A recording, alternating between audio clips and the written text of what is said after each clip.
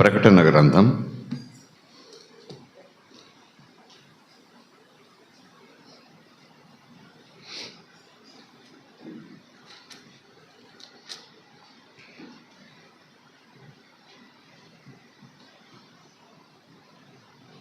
2వ అధ్యాయం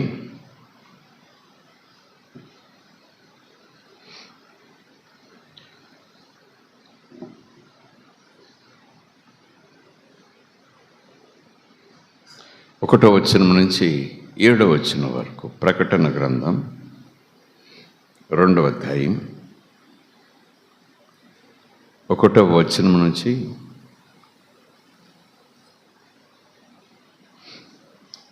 7వ వచనం వరకు. ఎఫెస్సులో ఉన్న సంఘపు దూతకు ఇలాగూ రాయము: 7 నక్షత్రములు తన కుడి చేత పట్టుకొని 7 దీపస్తంభముల మధ్య సంచరించువాడు చెప్పు సంగతులు ఏవనగా, నీ క్రియలను, నీ కష్టమును, నీ సహనమును నేను ఎరుగుదును. నీవు దుష్టులను సహింపలేవనియు లేదా దుష్టత్వాన్ని సహింపలేవనియు, అపొస్తలులు కాకయే తాము అపొస్తలులమని చెప్పుకొను వారిని పరీక్షించి వారు అపద్యకులని నీవు కనుగొంటివనియు,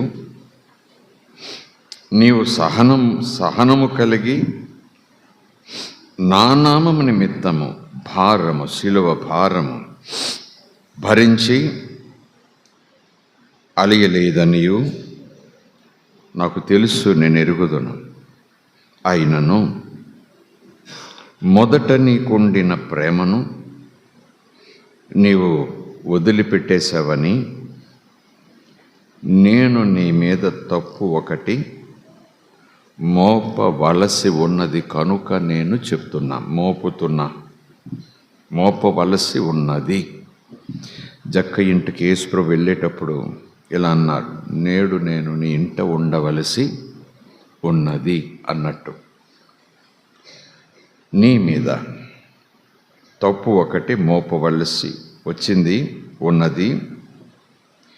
నీవు ఏ స్థితిలో నుండి పడితివో అది జ్ఞాపకం చేసుకొని మారు మనసు పొంది ఆ మొదటి క్రియలను చేయుము. అట్లు చేసి నీవు మారు మనసు పొందితేనే, నువ్వు మనసు మార్చుకుంటేనే, నీ పద్ధతి సరిచేసుకుంటేనే మంచిది. లేని ఎడల నేను నీ యొద్దకు వచ్చి నీ దీపస్తంభమును దాని చోటు నుండి తీసివేతును. అయితే ఈ ఒక్కటి నీలో ఉన్నది నికొలాయితుల క్రియలు నీవు ద్వేషించుచున్నావు. నేను కూడా వీటిని ద్వేషించుచున్నాను.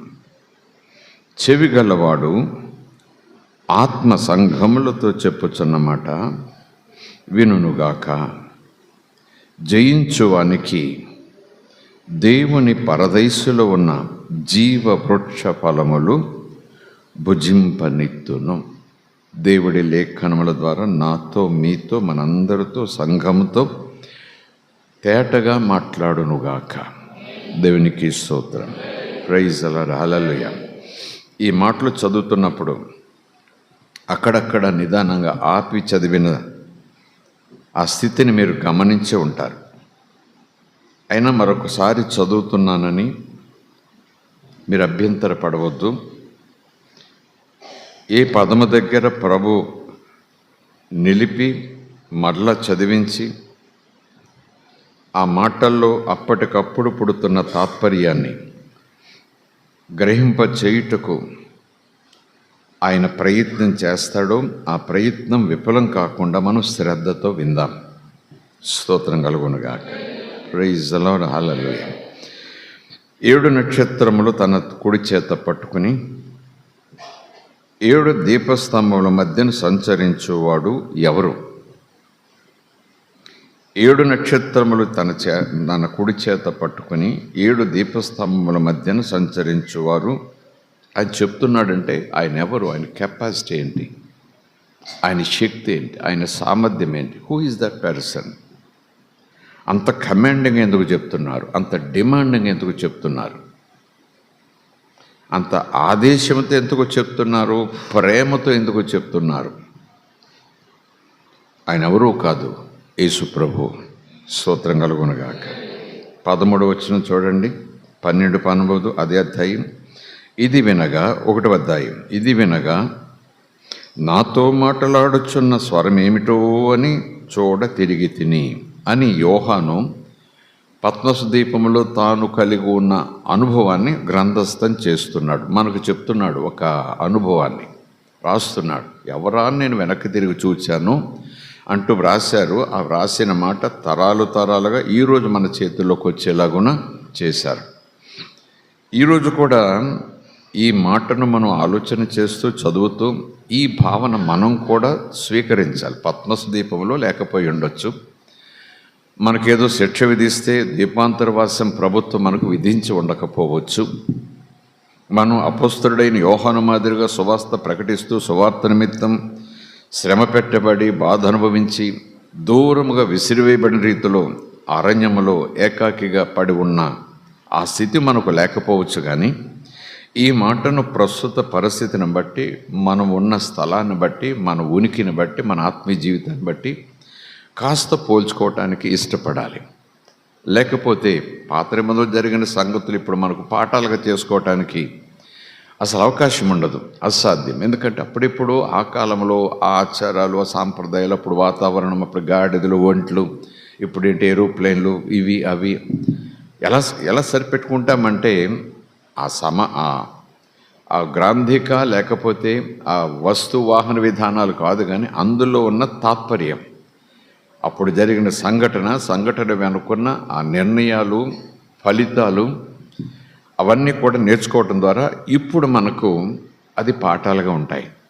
లేకపోతే అపొస్తలుడైన పౌలు ఈ మాట కొరింథీ సంఘానికి ఎందుకు చెప్తారు చెప్పండి? కొరింథీ పత్రిక 1వ అధ్యాయం 10వ అధ్యాయంలో ఈ మాటలు చూస్తే, వారి వలె మనము విగ్రహారాధకులై ఉండకూడదు.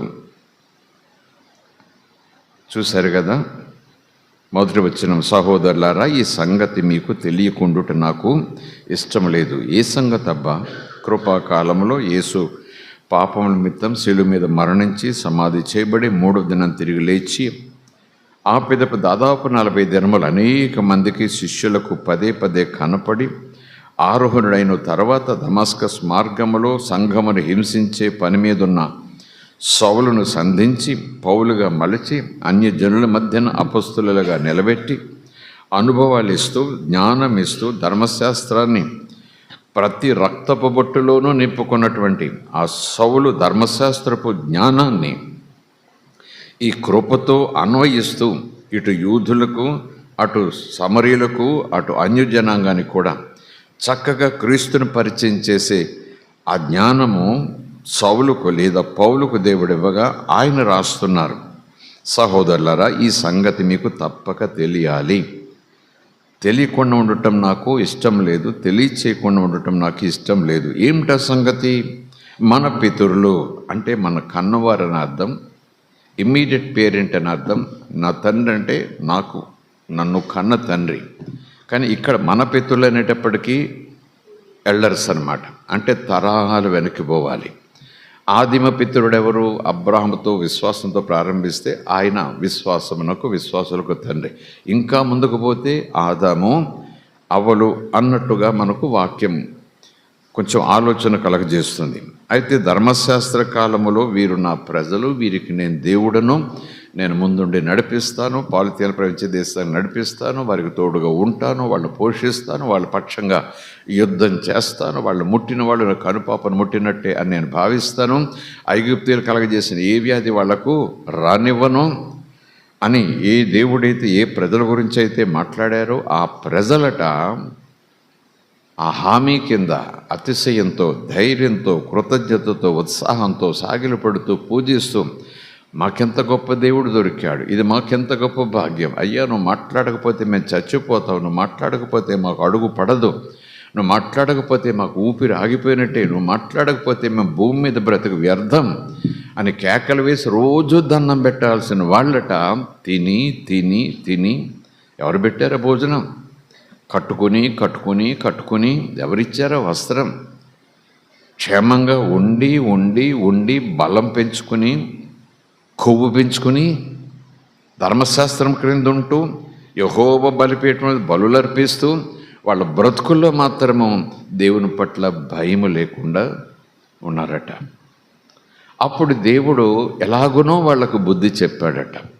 వాళ్ళ నాశనం చేసే లేదు, మీకు నాకు కట్ ఆఫ్ అని చెప్పేసి సృష్టిని ఆపేయలేదు, లేదా మరొక జాతిని మరొక తరాన్ని ఎవరిని మీరు ఉండండి నాకు ప్రజలుగా పొండి అని ఒక్కసారిగా విడాకులు ఇచ్చినట్టు అయిపోలేదు, కానీ బుద్ధి చెప్పి మరలా చేరదీసేవాడు. స్తోత్రం కలుగునుగాక. ఆ సన్నివేశాన్ని జ్ఞాపకం చేస్తూ, మన పితరులందరూ మేఘం క్రింద ఉండేవారు, అంటే దేవుని సన్నిధిలో, ఆయన హస్తము కింద, ఆయన కాపుదలలో, ఆయన పోషణలో, ఆయన స్వస్థతలో, ఆయన ఆనందంలో, ఆయన సమృద్ధిలో, ఆయన క్షేమములో వారందరూ ఆ మేఘము క్రింద ఉండేవారు, ఆయన వాక్యం క్రింద ఉండేవారు, ఆయన చల్లల నీడలు ఉండేవారు. వారందరూ అలాగున పోషించబడుతూ ఉండేవారు. సముద్రంలో నడిచిపోయారు. ఎలాగ సాధ్యం? ఆయన నడిపించాడు 6 నెలగా చేసి. సముద్రంలో నడిచిపోయారు, మెయిన్ రోడ్డు మీద నడిచిపోయినట్టు. అందరూ మోషేను బట్టి మేఘంలోనూ సముద్రంలోనూ బాప్తిస్మం పొందేశారు. బాప్తిస్మం అనే మాట అక్కడ మోషే ద్వారా ఐగుప్తు సేనలు తరుముకొని వస్తూ ఉంటే, ముందు ఎర్ర సముద్రం ఉంటే, దేవుడు యెహోవా అప్పుడేమీ బాప్తిజం అనే పదం ఉపయోగించలేదు. నిలిచిని చూడండి మన చెప్పు నీ ప్రజలను, యెహోవా దయచేయు గొప్ప రక్షణ, చాపు నీ చేతి కర్రను సముద్రం వైపు 2 భాగములవమని నువ్వే మాట్లాడు అన్నాడు యెహోవా. బాప్తిజం అనే మాట్లేదు. కానీ అప్పుడు జరిగిన సన్నివేశం, ఆ సందర్భం దేవుని బాప్తిస్మపు కృపాకాలపు కడవరి కాలపు ప్రణాళికకు ఒక ప్రింట్, ఒక బ్లూ ప్రింట్ అన్నమాట.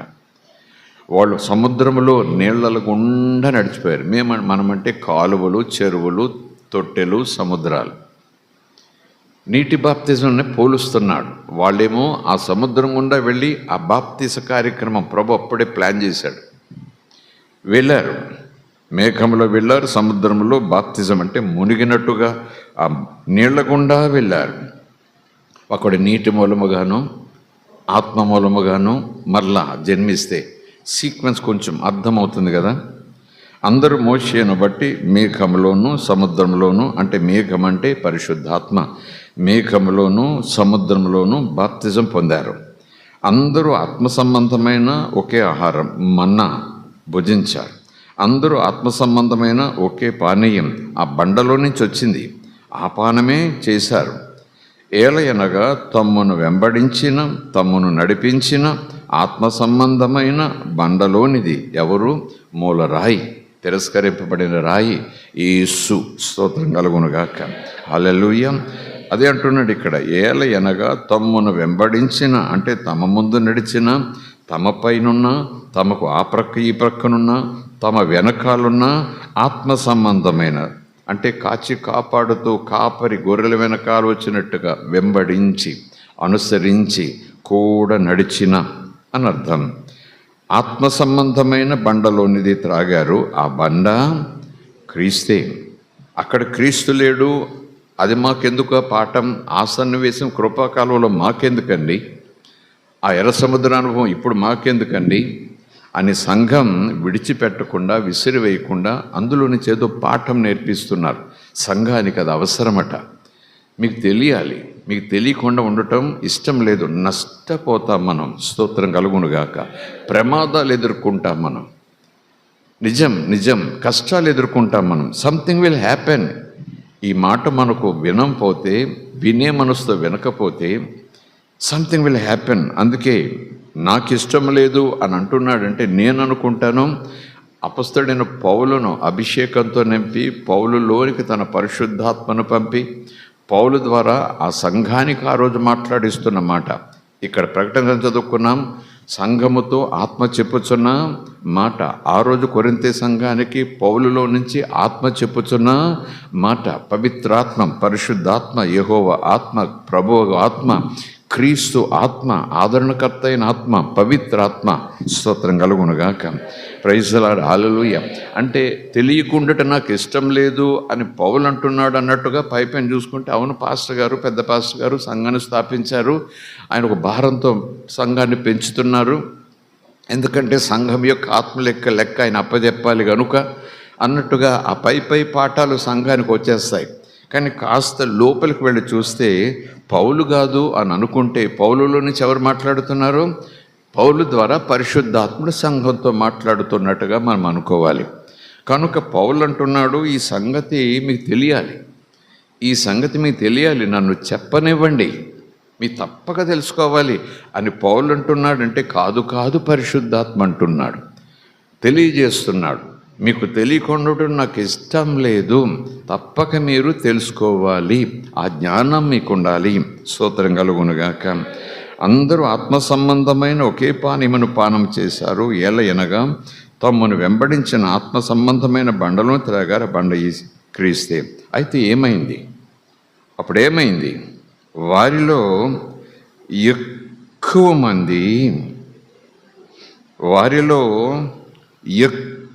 మంది దేవునికి ఇష్టలుగా ఉండకపోయారు. దేవుని ఇష్టాన్ని, దేవుని నడిపింపును వాళ్ళు తిరస్కరించటం ప్రారంభించారు. తక్కువ మందా ఎక్కువ మందా? ఎక్కువ మంది. స్తోత్రం కలుగునుగాక. ఒక చోట యేసుప్రభు ఈ మాట అన్నారు.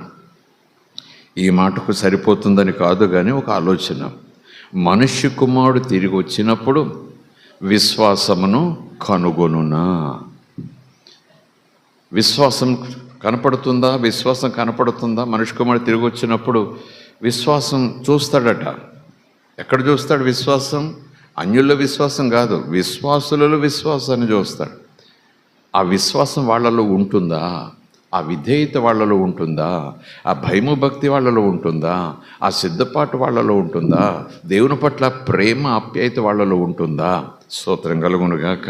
హల్లెలూయా. అయితే వారిలో ఎక్కువ మంది, ఒకవేళ ఐగుప్తు నుంచి బయటకు వచ్చిన వారు దాదాపు 4 మిలియన్స్ అని ఒకరంటారు, 3 మిలియన్స్ అని ఒకరంటారు. పిల్లలు, స్త్రీలు, పురుషులు ఆయా సన్నివేశాల్లో అక్కడ ఉంచబడిన ఆ సంఖ్య లెక్కలను బట్టి కొంతమంది 4 మిలియన్, 3 మిలియన్, ఇన్ని లక్షలు అని చెప్తుంటారు. ఏదేమైనా ఐగుప్తు నుంచి ఇజ్రాయేలు ప్రజలను అన్ని లక్షల మందిని ప్రభు మోషేను ముందు పెట్టి బయటికి నడిపించాడు. ఇది ఎందుకనంటే ఆ ఐగుప్తు నుంచి విడుదలకు రావటం, పాపము నుంచి మనం కూడా విడిపించబడిన స్థితి. ఈ సముద్రం గుండా వాళ్ళు వెళ్ళటం, మనం కూడా నమ్మి బాప్తిజం పొందిన రీతి. ఎప్పుడైతే అక్కడ ఐగుప్తు నుంచి విడిపించబడ్డారో, దేవుని ప్రజలయ్యారో, నేను మీ మొర విన్నాను, మీ కష్టాలు నాకు తెలుసు, మీ బాధలు నేను అర్థం చేసుకున్నాను, మిమ్మల్ని విడిపించడానికి నడిపించడానికి వచ్చాను అని చెప్పినట్టుగా మనకు కూడా సువార్తలో అదే, నేను వచ్చాను ఈ పాపం నుంచి విడిపించడానికి, ఈ బాధల నుంచి తప్పించడానికి, ఈ వ్యాధుల నుంచి లేవనెత్తడానికి, ఈ యాతల నుంచి మిమ్మల్ని కాపాడటానికి. స్తోత్రం కలుగునుగాక. Praise the Lord, hallelujah. So అక్కడ ఆ సన్నివేశం, ఇక్కడ ఈ సన్నివేశం. అక్కడ సముద్రంలో నడవటం, ఇక్కడ బాప్తిసానికి గుర్తట. అయితే అక్కడ ఐగుప్తు, ఇజ్రాయేలీలు. ఇప్పుడు మనం అందరము దేవుని ప్రజలము, మనం కూడా బాప్తిసం పొంది తండ్రికి పిల్లలమైపోయాము. స్తోత్రం కలుగునుగాక. ఇజ్రాయేలు కుడిహస్తం అయితే మనం ఎడమహస్తం అనుకోండి, ఇజ్రాయేలు కుడికన్ను అయితే మనం ఎడమకాన్ని అనుకోండి, ఇజ్రాయేలు కుడికాలు అయితే మనం ఎడమకాలు అనుకోండి, ఇజ్రాయేలు లోపలికి ఊపిరి అయితే మనము బయట ఊపిరి అనుకోండి, ఇజ్రాయేలు గుండెలో ఒక చప్పుడు అయితే ఆ గుండెలో ఉండే 2వ చప్పుడు మనం అనుకోండి. యేసుక్రీస్తు అందరికీ ప్రభు. స్తోత్రం కలుగునుగాక. ప్రైజ్ ది లార్డ్, హల్లెలూయా. ఇవన్నీ ఎందుకు పోలుస్తున్నానంటే ఆ ఐగుప్తు నుంచి, ఆ పాపపు ఊబి నుంచి, ఆ శాపము నుంచి, ఆ ఫరో అనేటటువంటి సాతాను చెర నుంచి వాళ్ళను విడిపించాడు దేవుడు తన బలముతో. సముద్రము గుండా నడిపించి అవతల ఒడ్డుకు చేర్చాడు. కళ్ళ ముందే ఆ ఫరో సైన్యాలను కంటికి కనపడకుండా కనురెప్ప పట్ల సముద్రంలో సమాధి చేసి పాడేశాడు. అలాగ చూస్తే నిజానికి ఆ ఎర్ర సముద్రం దాటి ఒడ్డెక్కిన వారందరూ ఈరోజు దినాల ప్రకారం చూస్తే సంఘం, దేవుని సమాజం. స్తోత్రం కలుగునుగాక. మోషే అలాగును ఉన్నాడు గనుక, ముందు దేవుడు ఎన్నుకున్నాడు గనుక కాపరి, ప్రధాన కాపరి యెహోవా. నేను నువ్వు కలిసి నా ప్రజలను పాలు తేలిపరిచే దేశానికి నడిపిద్దాము అన్నారు ప్రభు. కనుక సంఘము అని అనుకుంటే అందరూ విడిపించబడ్డారు, అందరూ ఒడ్డెక్కారు, అందరూ నీళ్లలో నుంచి వచ్చారు, అందరూ ఒక బండలోనే తాగారు, అందరూ ఆ మేఘము కింద నడిచారు, అందరూ ఒక ఆహారమే తిన్నారు. మన్నా పైనుంచి వచ్చిన ఆహారం. యేసుప్రభు కూడా పైనుంచి వచ్చాడు, జీవాహారం నేనే, నన్ను తిన్నవారు ఎప్పుడు కూడా చనిపోరు అన్నాడు. స్తోత్రం కలుగునుగాక. సో ఆ దినాల్లో జరిగిన సన్నివేశాన్ని సంఘంతో పోలిస్తే అదొక పెద్ద సంఘం అనుకుంటే, ఆ సంఘానికి దేవుడు పెట్టిన కాపరి మోషే అనుకుంటే, ప్రధాన కాపరి దేవుడు అనుకుంటే, ఆ సముద్రంలోంచి రావటము బాప్తిజం అనుకుంటే, అవతల ఒడ్డుకు చేరటము ప్రత్యేకించబడిన ప్రజలు అనుకుంటే, ఎక్కడికో వెళ్ళాలట, అక్కడ పాలు తేలు ప్రవహించే ఆ స్థితి ఉంటుందట. ఈ ప్రయాణం సంఘము పరలోకం చేరే వరకు ఆత్మీయ యాత్ర. స్తోత్రం కలుగునుగాక. అరణ్యము గుండా నడిపించాడు, లోకము గుండా, శ్రమల గుండా, ఇరుకుల గుండా, అనేక అనుభవాల గుండా మనం వెళ్ళాల్సిందే. కనుక సంఘమైనప్పుడు అందరూ ఆయన సంఘమే, అందరూ ఆయన ప్రజలే, అందరికీ ఆయనే దేవుడు, అందరూ ఆ నీళ్ళే తాగారు, అందరూ ఆహారమే తిన్నారు, అందరి ఒంటి మీద వస్త్రం చిరిగిపోలేదు, అందరి కాళ్ళకున్న చెప్పులు అరిగిపోలేదు, అందరిపైన మేఘం ఉంది, అందరి వెనకాల మేఘం ఉంది, అందరి వెనకాల ఆత్మ ఉన్నారు, అందరి ముందు ఆయన ఆత్మ ఉన్నారు. సంఘం సంఘం సంఘం సంఘం. అయితే అందరూ ఆయనకు లోబడలేదు. సంఘం. స్తోత్రం కలుగునుగాక. అంటే కంపారిజన్ అన్నమాట. ఆ పోలిక ఈ పోలిక. సంఘంలో 30,000 మంది ఉండొచ్చు, 3,000 మంది ఉండొచ్చు. సార్వత్రిక సంఘం మొత్తం అన్ని సంఘాలు పోగేసి ఒక స్టేడియంలో తీసుకొస్తే ఏమో.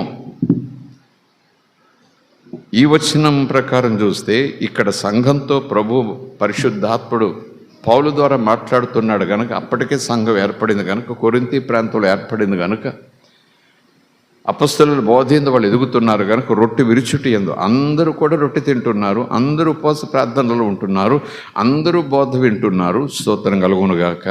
అందరూ సహవాసం ఒక చోట ఉంటున్నారు అని ఇలా చూసుకుని అక్కడ వాళ్ళని చూసి ఆ మాట జ్ఞాపకం చేస్తున్నాడు. అయితే వారిలో ఎక్కువ మంది దేవునికి ఇష్టలుగా ఉండలేకపోయారు. అందరినీ దేవుడు ఇష్టపడే బయటకు తీసుకొచ్చాడు. ఐగుప్తు నుంచి బయటకు తీసుకొచ్చినప్పుడు వాళ్ళని ఏమి జల్లించలేదు ఆయన. ఒకసారి ఆలోచించేద్దాం, జస్ట్ లిటిల్ బిట్. ఆ మోషే కాలానికి వెళ్ళిపోతే, ఆ ఐగుప్తులో నుంచి మోషే ద్వారా దేవుడు బయటకు తీసుకొచ్చే సందర్భంలో చేసిన కార్యాలు, ఆ సన్నివేశాలు, ఆ సంభాషణలు, ఆ హడావుడి, ఆ ఉత్పాతాలు అవన్నీ మనం జ్ఞాపకం చేసుకుంటే, దేవుడు వాళ్ళందరూ ఇజ్రాయేలీలే కాని వారేం కాదు. ఎందుకంటే మొదటగా దేవుడు, ఆ తర్వాత హానోకు దేవునితో నడిచాడు, ఆ తర్వాత నోవహు, ఆ తర్వాత అబ్రహాము, ఆ తర్వాత మోషే. అదే కదా సీక్వెన్స్. స్తోత్రం కలుగునుగాక. ప్రైజ్ అలాడ్ హల్లెలూయా. అలాగున అందరూ ఆయన ప్రజలై ఉండగా ఐగుప్తు చెరలో చాలామంది ఉన్నారు. వాళ్ళందరూ కూడా హానోకు, నోవహు, అబ్రహాము ఆ గోత్రాల నుంచి వచ్చిన వారే. యాకోబు 12 గోత్రాలకు జన్మనిచ్చాడు అనుకుందాం కాసేపు. వాళ్ళందరూ ఇజ్రాయేలీలే అని అనుకుంటే, వాళ్ళందరూ ఐగుప్తు చెరలో ఉంటే, అది కూడా దేవుడు ముందే ప్రవచించాడు, ఇన్ని సంవత్సరాలు మీరు చెరలోకి వెళ్ళిపోతారు. దానికి కారణాలు వేరే ఉంటాయి, చూడొచ్చు. స్తోత్రం కలుగునుగాక. అలాగున వారిని బయటకు తీసుకొచ్చేటప్పుడు, వారు పాపములో ఉన్నప్పుడు, వాడు ఐగుప్తు చెరలో ఉన్నప్పుడు, దేవుడు వీళ్ళు నా ప్రజలు, వీళ్ళని దగ్గరుండి నడిపిస్తాను, వీళ్ళ కష్టాలు నేను చూశాను, వీళ్ళ బాధలు నేను చూశాను, వీళ్ళ మొర నేను విన్నాను, ఇబ్బంది పడిపోతున్నారు, దాదాపు చచ్చిపోదాం అనుకుంటున్నారు, నో నో నో నో అంటూ వచ్చానని అక్కడ మోషేతో అరణ్యములో ఇత్రో మందరం మేపుచుండగా జరిగిన సంభాషణ. అప్పుడు ఐగుప్తు నుంచి తీసుకురావటానికి దాదాపు 7, 8, 9 లేదా 8 అద్భుతాలు జరిగాయి. ఆ తర్వాత మోషేతో దేవుడు ఇలాగ అన్నాడు, అందరినీ బయలుదేరమను, లేదా మరణపు దూత వస్తాడు, గడప కమ్మల మీద పస్కా బలి పశువు యొక్క రక్తాన్ని పొయ్యమను, అందరినీ బయలుదేరదీయి, ఎవరికి వారు ఎక్కడికక్కడ బయలుదేరాలి, రేపు ఇలా జరుగుతుంది, అందరిని అలా సిద్ధంగా ఉండమను. ఐగుప్తీయులు కూడా వాళ్ళు వెండి బంగారం మీకు ఇచ్చేస్తారు, అవి తీసుకుని వచ్చేసేయండి అన్నట్టుగా. స్తోత్రం కలుగునుగాక. కానీ ఒకవేళ ఈ వచనం ఇలా ముందు పెట్టుకుని, అప్పుడైతే ముందు జరగలేదు, ఇప్పుడు మనకు హిస్టరీ అంతా తెలుసు కనుక చూద్దాం. ఇక్కడికి వచ్చాక అందరూ కాదు, కొందరే ప్రభు పట్ల ఇష్టంగా ఉన్నారు, కొంతమంది అయితే ఇన్ని పొందుకుని మళ్ళీ వాళ్ళ స్వభావాలు మార్చేసుకున్నారు అనే ప్రయత్నం వస్తుండగా, మరి ప్రభు వాళ్ళని విడిపించేటప్పుడు, ఐగుప్తుల నుంచి విడిపించేటప్పుడు ఇలాగున అందరూ, వారిలో ఎక్కువ మంది దేవునికి ఇష్టలుగా ఉండలేకపోయారు. ఇది దేవునికి ఐగుప్తు నుంచి విడిపించినప్పుడు తెలియదంటారా? ఐగుప్తు నుంచి వాళ్ళందరినీ బయటకు తీసుకొచ్చేటప్పుడు దేవుడికి తెలియదా వాళ్ళు ఇలా ఉంటారని? ఆదామవలని మీరు ఆ పండు తినొద్దు అన్నప్పుడు దేవుడికి తెలియదా తింటారని? తెలియదు అనుకుంటే మళ్ళీ దేవుని యొక్క ఆ ఎబిలిటీని మనం కొట్టేసినట్టు అవుతుంది. ఆదినందున్నాడు, అంత ఆయనకి తెలుసు, భవిష్యత్ అంతా ఆయనకి తెలుసు. హాగరు నీ కడుపున ఒక మగ శిశువు పుడతాడు, అతడికి ఇష్మాయిల్ అని పేరు పెట్టాలి, అతడు యుద్ధాలు చేస్తాడు, తన సహోదరుల ముందు పరిపాలన చేస్తాడు అంటూ భవిష్యత్తు గురించి మాట్లాడతాడు. కేవలం 9 నెలల భవిష్యత్తు కాదండి, ఇజ్రాయేల్ యొక్క భవిష్యత్తు గురించి, వాళ్ళకు రాబోతున్న చెర గురించి, వందల సంవత్సరాల తర్వాత జరిగే ఆ భయంకరమైనటువంటి ఉత్పాతాల గురించి ముందుగానే ప్రవక్తల ద్వారా దేవుడు ప్రవచింపచేశాడు. కనుక ఆయనకు అంత ముందే తెలిసిపోతుంది, అంత ఆయన ముందే చూసేస్తాడు.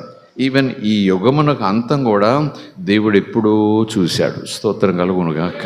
సో ఆ మాటలన్నీ మనం మనసులో పెట్టుకుంటే, చాలామంది దేవునికి ఇష్టలుగా ఉండలేకపోయారు అంటే దేవుడు ఇష్టలుగా ఉంటారని ఆశపడ్డాడు, కానీ అయ్యో పాపం దేవుని మనసును వాళ్ళు దుఃఖ పెట్టేశారు, దేవుని ఆశ మీద నీళ్లు జల్లేశారు అని లోకరీతిగా మనం ఆలోచన చేయటానికి ఉంటుందేమో, కానీ అంతా దేవునికి తెలుసు అనేది కూడా మనం ఒక ప్రక్కన ఒక వెలుగులాగా ఉంచుకోవాలి. స్తోత్రం కలుగునుగాక. హల్లెలూయా, దేవునికి స్తోత్రం. సో వీళ్ళు అందరూ కాదు, దాదాపు చాలామంది, ఎక్కువ మంది దేవునికి ఇష్టలుగా ఉండకపోయారు. సో ఎలాగ ఉండరు, ఎవరు ఉండరు దేవునికి తెలుసు. ఎందుకంటే ఈ 10,000 మందిలో, 1,00,000 మందిలో ఎవరెవరో ఏంటో నాకు ఎలా తెలుసు అంటూ ఏం ముద్దలు ఏం వేయలేదు ఆయనకి అందరూ తెలిసిపోతారు. ఇసుక లాంటి జనం మధ్యన నిన్న ఆయన గుర్తుపట్టగలడు, నిన్న ఆయన పేరు పెట్టి పిలవగలడు, నిన్న ఆయన చేయి పెట్టి నడిపించగలడు. స్తోత్రం కలుగునుగాక. హల్లెలూయా.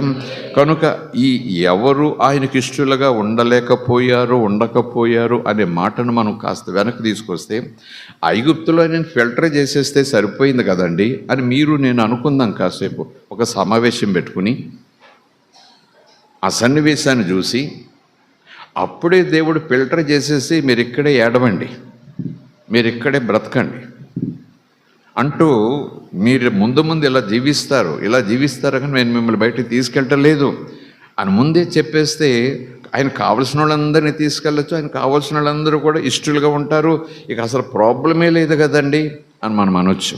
మళ్ళీ అంటున్నాను, అందరినీ రమ్మంటాడు, అందరినీ తనతో ఉండమంటాడు, అందరినీ పోషిస్తాడు, అందరినీ ప్రేమిస్తాడు, అందరూ బాగుండాలి అనుకుంటాడు, అందరికీ తండ్రి అయిపోతాడు, అందరినీ తన పిల్లలుగా చేసుకుంటాడు. కానీ ఆ స్థితి, ఆ కృతజ్ఞత, ఆ నడిపింపు, ఆ ప్రణాళిక కొంతకాలం ఎరిగి తర్వాత కొన్ని ఆశలు రావటం వల్ల వాళ్ళు నిర్లక్ష్యం చేసి దేవుని మీద తిరుగుబాటు చెయ్యే పరిస్థితి. స్తోత్రం కలుగునుగాక. Praise the Lord. Hallelujah.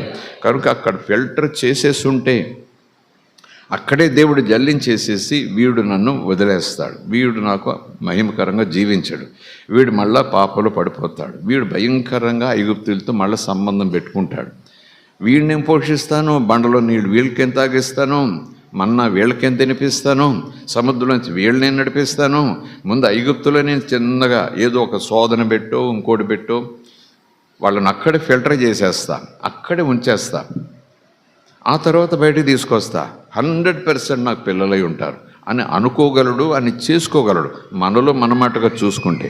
But he did not do it. సంఘం కూడా అంతే. రండి అందరూ, స్తోత్రం కలుగునుగాక. ప్రయాసపడి భారం మోస్తున్న సమస్త ప్రజలను నా యొద్దకు రండి. మీకు కొందరికి కాదు, అందరికీ విశ్రాంతినిస్తాను. వచ్చిన వారు అది సొంతం చేసుకుంటారు. స్తోత్రం కలుగునుగాక. అందరినీ పిలిచాడు, అందరినీ పిల్లలుగా చేసుకున్నాడు. ఎందరైతే యేసుక్రీస్తు నామమందు విశ్వాసం ఉంచుతారో, ప్రభు కూడా చెప్తారు ఇలాగూ, నా మాట రాయిస్తారు యోహాను ద్వారా సువార్తలో. ప్రభు నామమందు ఎందరైతే విశ్వాసం ఉంచారో ఆయన వారికి అందరికీ దేవుని పిల్లలగుటకు అధికారం ఇచ్చాడు. అందరికీ రక్షణ పొందిన వారు అందరూ దేవుని పిల్లలే, అందరికీ ఆయన తండ్రి, అందరూ పాపం కడగవేసుకున్న వారే. అలాగూ అందరూ కూడా పాపం నుంచి విడిపించబడ్డాం, రక్షణ పొందాం, బాప్తిసం తీసుకున్నాం, సంఘం అయిపోయాం, ప్రభువులు ఎదుగుతున్నాం. అయితే చాలామంది అనేది మనం ఒక్కసారి జ్ఞాపకం చేసుకోవాలి.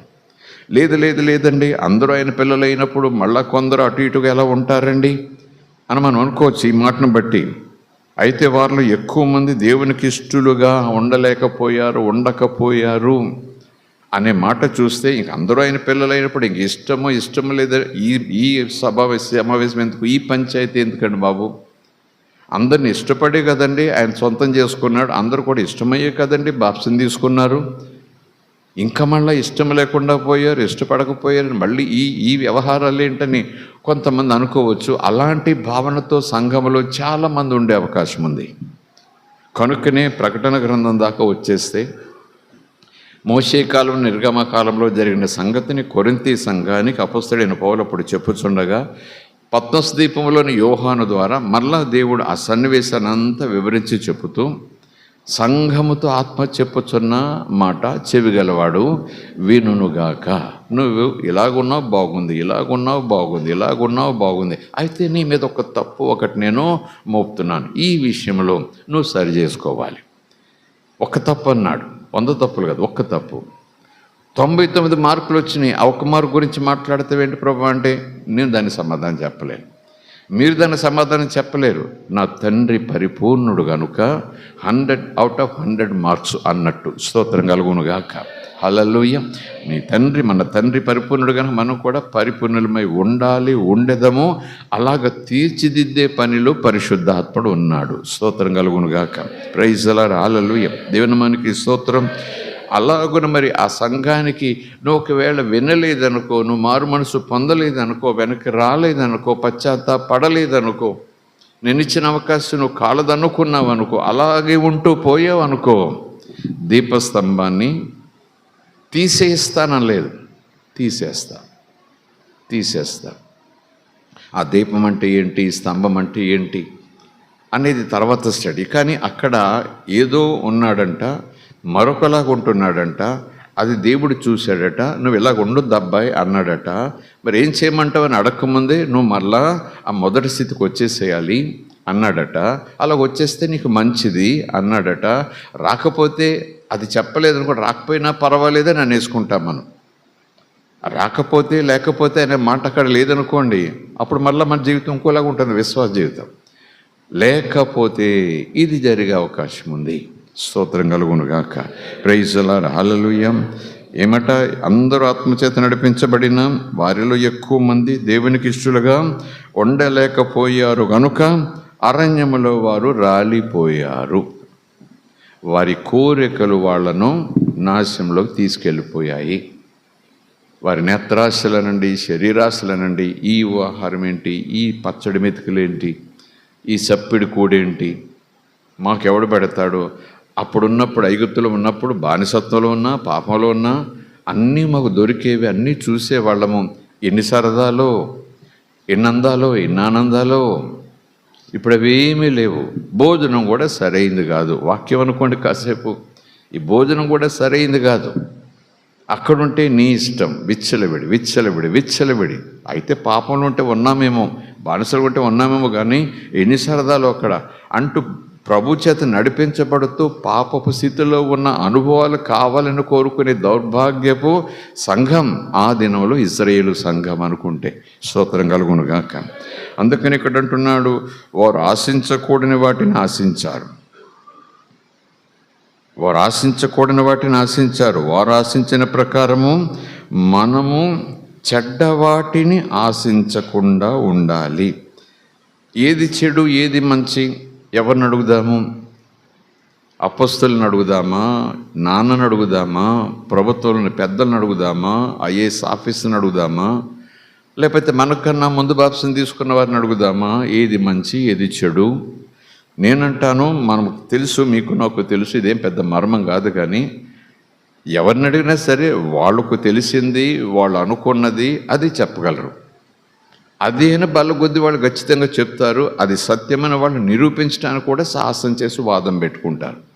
కానీ ఈ వాదాలు వివాదాలు లేకుండా ఉండాలంటే మనం యేసయ్య దగ్గరికి వచ్చేయాలి. ఏది మంచి ఏది చెడు ఎవరు చెప్పాలి? వాక్యం చెప్పాలి. స్తోత్రం కలుగును గాక. వాక్యం చెప్పాలి. వాక్యం దగ్గరికి వస్తే ఏది మంచి ఏది చెడు. ఈరోజు మరలా అంటున్నాను, ఏదైనా కార్యక్రమము, మరొక నిర్ణయము, మరొక ప్రయాణము, ఏదో ఒక స్థితి, విశ్వాసాల కుటుంబంలో నిర్ణయం తీసుకోవాలి, వెళ్ళాలి, ఏదో చెయ్యాలి, ఏదో ఒక సమస్య అనుకోండి. పాస్టర్ గారిని అడగొచ్చు. పాస్టర్ గారు ఒకరు ఇది చెప్తారు, ఒకరు అది చెప్తారు, ఒకళ్ళు అది చెప్తారు, ఒకళ్ళు ఇది చెప్తారు, వాళ్ళు ఒకది చెప్తారు. అందరూ దైవజనులే, అందరూ వాక్యం ఎరిగిన వారే, అందరూ కూడా సంఘాలను నడిపించిన వారే.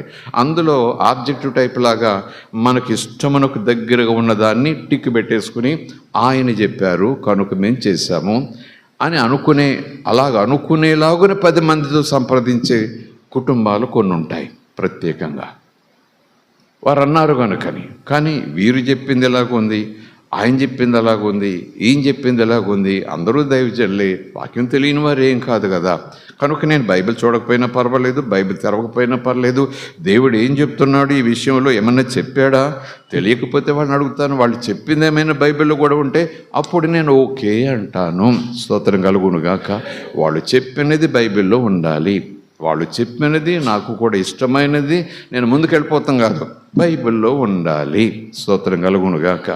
పౌలు శీలలు, పౌలు బర్నబాలు పగలు రాత్రి తెల్లవారులు వాక్యం బోధిస్తూ ఉంటే అలసిపోయి సొమ్మశీలు నిద్రపోకుండా వాళ్ళ ఇంటికి వెళ్ళి సంఘస్థులు ఒక ప్రాంతంలో ఎంతగా నిష్ఠ అనుకోండి, నియమం అనుకోండి, అది పక్క పెట్టండి. నిష్ఠ నియమ భక్తి కాదు, అసలు వాళ్ళు చెప్పిన సంగతులు, వాళ్ళ అనుభవాలు చూస్తూ ఉంటే వాళ్ళు నిజంగా దేవుని పిల్లలే. వాళ్ళ అనుభవాలు చూస్తూ ఉంటే దాదాపు ఆకాశంలో నుంచి దిగి వచ్చిన దూతల్లాగా ఉన్నారు. వాళ్ళ అనుభవాలు చెప్తుంటే అసలు భూమి మీద యేసు ప్రభు ఇలాంటి కార్యాలు ఎవరికి చేయడేమో, అంతగా వీళ్ళ కోసం ప్రభు కార్యాలు చేశాడు అని అవన్నీ ఆధారం చేసుకుని వాళ్ళు వాక్యాన్ని ఓకే వాళ్ళు చెప్పింది నిజమే, ఇన్ని అనుభవాలు కలిగి ఉండి, ఇన్ని దర్శనాలు కలిగి ఉండి, ఇన్ని ప్రవచనాలు కలిగి ఉండి, ప్రభువులు వాళ్ళకి ఇంత అనుభవం ఉన్న తర్వాత ఇంకా వాళ్ళు నిజం చెప్పారో లేదో మనకెందుకు అని బైబిల్ చంకలో పెట్టుకుని వచ్చి మళ్ళీ చంకలో పెట్టుకుని పోలేదట వాళ్ళు. నో బైబిల్ అనేది అప్పుడు లేకపోయినా ఇంటికి వెళ్ళిన తర్వాత వాళ్ళు చెప్పినవి గ్రంథములో, ప్రవచనములు గ్రంథములు ఉన్నాయో లేదో. ఇప్పుడు మనకు బైబిల్ అనుకుంటాం. యెషయాకు ఎలా చెప్పారు అన్నాడు పౌలు. ఇర్మీయా గ్రంథంలో ప్రభు చెప్పలేదా యెహోవా అన్నాడు పౌలు. అలాగే యేస్కేలు గ్రంథంలో ఇలాగున అప్పుడు ప్రవచనం అయితే ఇప్పుడు జరిగింది అదే కదా యేసు ద్వారా అంటూ వివరాలు చెప్తుండేవాడు. ప్రజల మనస్తత్వాలు చెప్తుండేవాడు. అప్పుడు దేవుని మాట ఇప్పుడు నెరవేరిందని చెప్తుండేవాడు. అలా సంఘాన్ని కడుతూ పైకి లేపేవాడు. అవన్నీ ప్రవక్తల గ్రంథములో ఉన్నాయి, గ్రంథస్థం చేయబడ్డాయి. అవన్నీ ఉన్నాయో లేవో అని వాళ్ళకి ఇంటికి వెళ్ళిన తర్వాత వాళ్ళ దగ్గర గ్రంథం ఉందంట. వాళ్ళకు కొన్ని గ్రంథాలు ఉన్నాయట. వాళ్ళ ఇంటికి వెళ్ళి వాళ్ళ గ్రంథాల్లో వాళ్ళు చూసుకున్నారట. స్తోత్రం కలుగును గాక. హల్లెలూయా.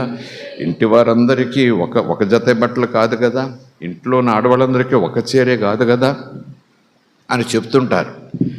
వస్త్రం దగ్గరికి వచ్చేటప్పటికి ఎవరి చీర వాళ్ళకే, ఆహారం దగ్గరికి వచ్చేటప్పటికి ఎవరి కంచం వాళ్ళకే, పడుకునేటప్పటికి ఎవరి మంచం వాళ్ళకే, అంతే కదండి.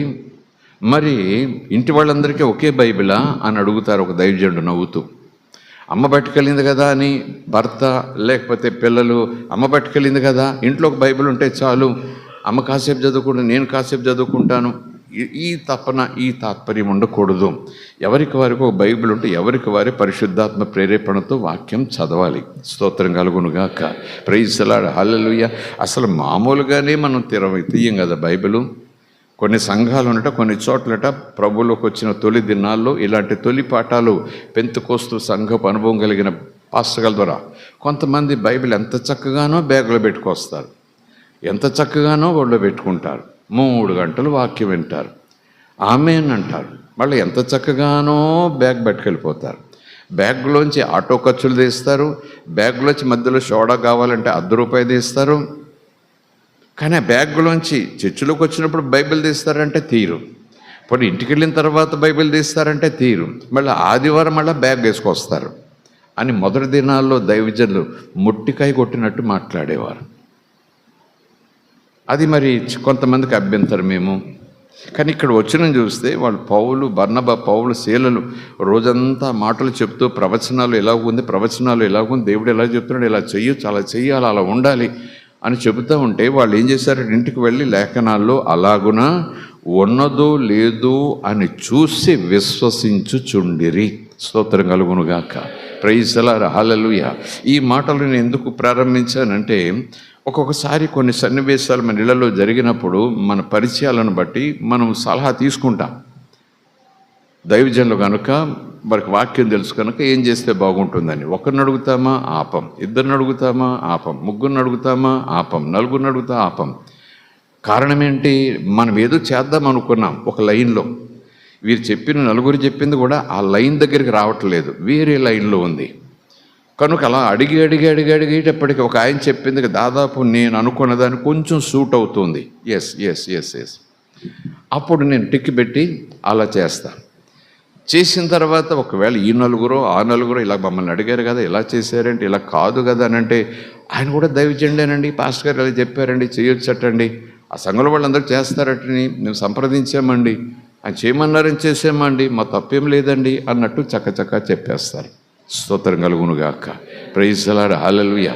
కనుక మనం ఏది అవును ఏది కాదని కాదు, లేఖనం దగ్గరికి వెళితే ఏది ఎలా చేయాలో తెలిసిపోతుంది. స్తోత్రం కలుగునుగాక. Praise the Lord, hallelujah. అసలు ప్రభు దగ్గరికి వెళ్తే ఎంత సమాధానం వచ్చేస్తుందో, అసలు మా నోరు తెరవకుండా గొడవ క్లియర్ చేసేస్తాడు యేసయ్య. స్తోత్రం కలుగునుగాక, హల్లెలూయా. యేసయ్యని అక్కడ కూర్చోబెట్టి పంచాయతీలో నువ్వు మాకే వాదన తీర్చాయని వీళ్ళొచ్చి వీళ్ళ సంగతులు వాళ్ళ సంగతులు అసలు వివరించి సాయంకాలం దాకా ఉంచారండి. ఆయన సన్నిధికి వచ్చేటప్పటికనే వాళ్ళకి మారు మనసు వచ్చేస్తుంది, సమాధాన పడిపోతారు. పరిశుద్ధాత్మ అనుభవం కూడా అదే, ఆయన సమాధానమునకు కర్త. స్తోత్రం కలుగునుగాక. Praise the Lord, hallelujah. దేవుని మానికి స్తోత్రం.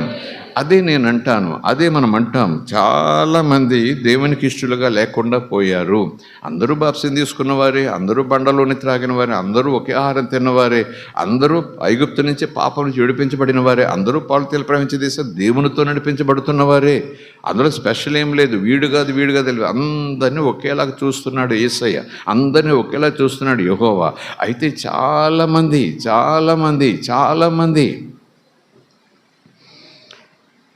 వారు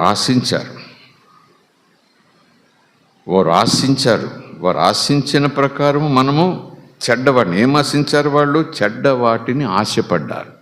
ఏది చెడ్డ అనే దగ్గర ఇంతసేపు చెప్పాను నేను. ఏది చెడ్డ అంటే ఎవరు చెప్తారు, నాకు తెలిసింది మంచి చెడ్డ కాదు, కుదరదు. నేను ఇది మంచి అనుకున్నాను, ఇది చెడు అనుకున్నాను, లోకంలో ఉంటే అనుకోవచ్చేమో. ఈ పక్కవాడికి అది మంచి కావచ్చు, ఈ ఇంటి వాడికి అది మంచి కాకపోవచ్చు, ఆ పొరుగింటి వాడికి అవి రెండు కూడా మంచివి కాకపోవచ్చు. నాకేది మంచిదో నేను అలా చేసుకున్నాను, ఇంకెవరు లెక్క అడుగుతారు చెప్పండి. కానీ ఇప్పుడు దేవుని నడిపింపులో ఉన్నాము, ఒక యాత్రలో ఉన్నాము, ప్రత్యేకమైన స్థలానికి వెళ్ళబోతున్నాము, మనం ప్రత్యేకించబడ్డాము, ఆయనకు ప్రజలమయ్యాము. మన యాతన, మనకు రాబోయే నరక యాతన ఆయన మనకు తెలియజేసి, అయ్యో నేను నరకంలో పడకూడదయ్యా బాబు, నేను కాలిపోకూడదు, నా చేయి పట్టుకుని లేపయ్యా బాబు అని అంటే, ఆయన చటాలున నా ఇష్టానుసారంగా తీసుకొచ్చి తన గుంపులో నిలబెట్టుకున్నాడు. స్తోత్రం కలుగునుగాక. ప్రైజ్ ది లార్డ్, హల్లెలూయా. గుంపులో నిలబెట్టుకున్నాడు అంటే వెంటనే ఏమంటే, నాకు చాలా ఇష్టాలు ఉండేవి అప్పుడు, ఇప్పుడు ఆయన గుంపులోకి వచ్చాను కనుక ఆయన ఇష్టం నేను తెలుసుకోవాలి, ఆయన నడిపింపు నేను తెలుసుకోవాలి, ఆయన ఆదేశం నేను తెలుసుకోవాలి, ఏది మంచో ఏది చెడో. ఇంతకుముందు నా ఇష్టాలు నాకు ఉండేవి, పక్కోడు కాదురా బాబు అంటే నీకు అది ఇష్టం నాకు ఇది ఇష్టం అనేవాడిని, చేసుకుంటూ పోయేవాళ్ళం. ఇప్పుడు సంఘానికి నీ ఇష్టం నా ఇష్టం ఇలాగా కుదరదు. ఇష్టాలు ఎన్నున్నా మనమందరం దేవుని ఇష్టంలోకి రావాలి, దేవుని చిత్తంలోకి రావాలి. యేసు ప్రభు కూడా అన్నారు కదా, నాకు చాలా ఇష్టాలు ఉన్నాయి అనలేదు, కానీ నాకు కూడా చాలా కోరికలు ఉన్నాయి అన్నట్టు ఏం మాట్లాడలేదు. కానీ ఆయన ఇచ్చిన స్టేట్మెంట్లో అవన్నీ కూడా నా ఇష్టం కాదు, నా ఇష్టం కోసం నన్ను తండ్రి ఇక్కడికి పంపలేదు, ఆయన ఇష్టం చేయటానికి పంపాడు. ఎప్పటికప్పుడు ఆయన ఇష్టం ఆయన నాకు చెప్తుంటాడు, లేదా ఆయన అడుగుతుంటాను, తండ్రి నీకేది ఇష్టమో. అందుకేనేమో జక్క ఇంటికి తండ్రి వెళ్ళమని చెప్పాడు. నిజానికి లోకమంతా పాపం, వీడి పాపిస్తాడు. తండ్రి అన్నాడు, వెళ్ళవలసి ఉంది, నువ్వు వెళ్ళాలరా బాబు, వెళ్ళయ్యా కుమారుడా అన్నాడు. వెళ్ళవలసి ఉన్నది, నీట ఉండవలసి ఉన్నది రా. ఇది ఒక ఏర్పాటు, దేవుని ప్రణాళిక. స్తోత్రం కలుగునుగాక. ఊరోళ్ళందరూ ఏమనుకుంటే ఏమైంది, జక్క ఏమనుకుంటే ఏమైంది, ఒకవేళ నేను కూడా ఏమనుకోకపోయినా నాకంటూ ఒక అభిప్రాయం ఉంటే ఉండొచ్చేమో.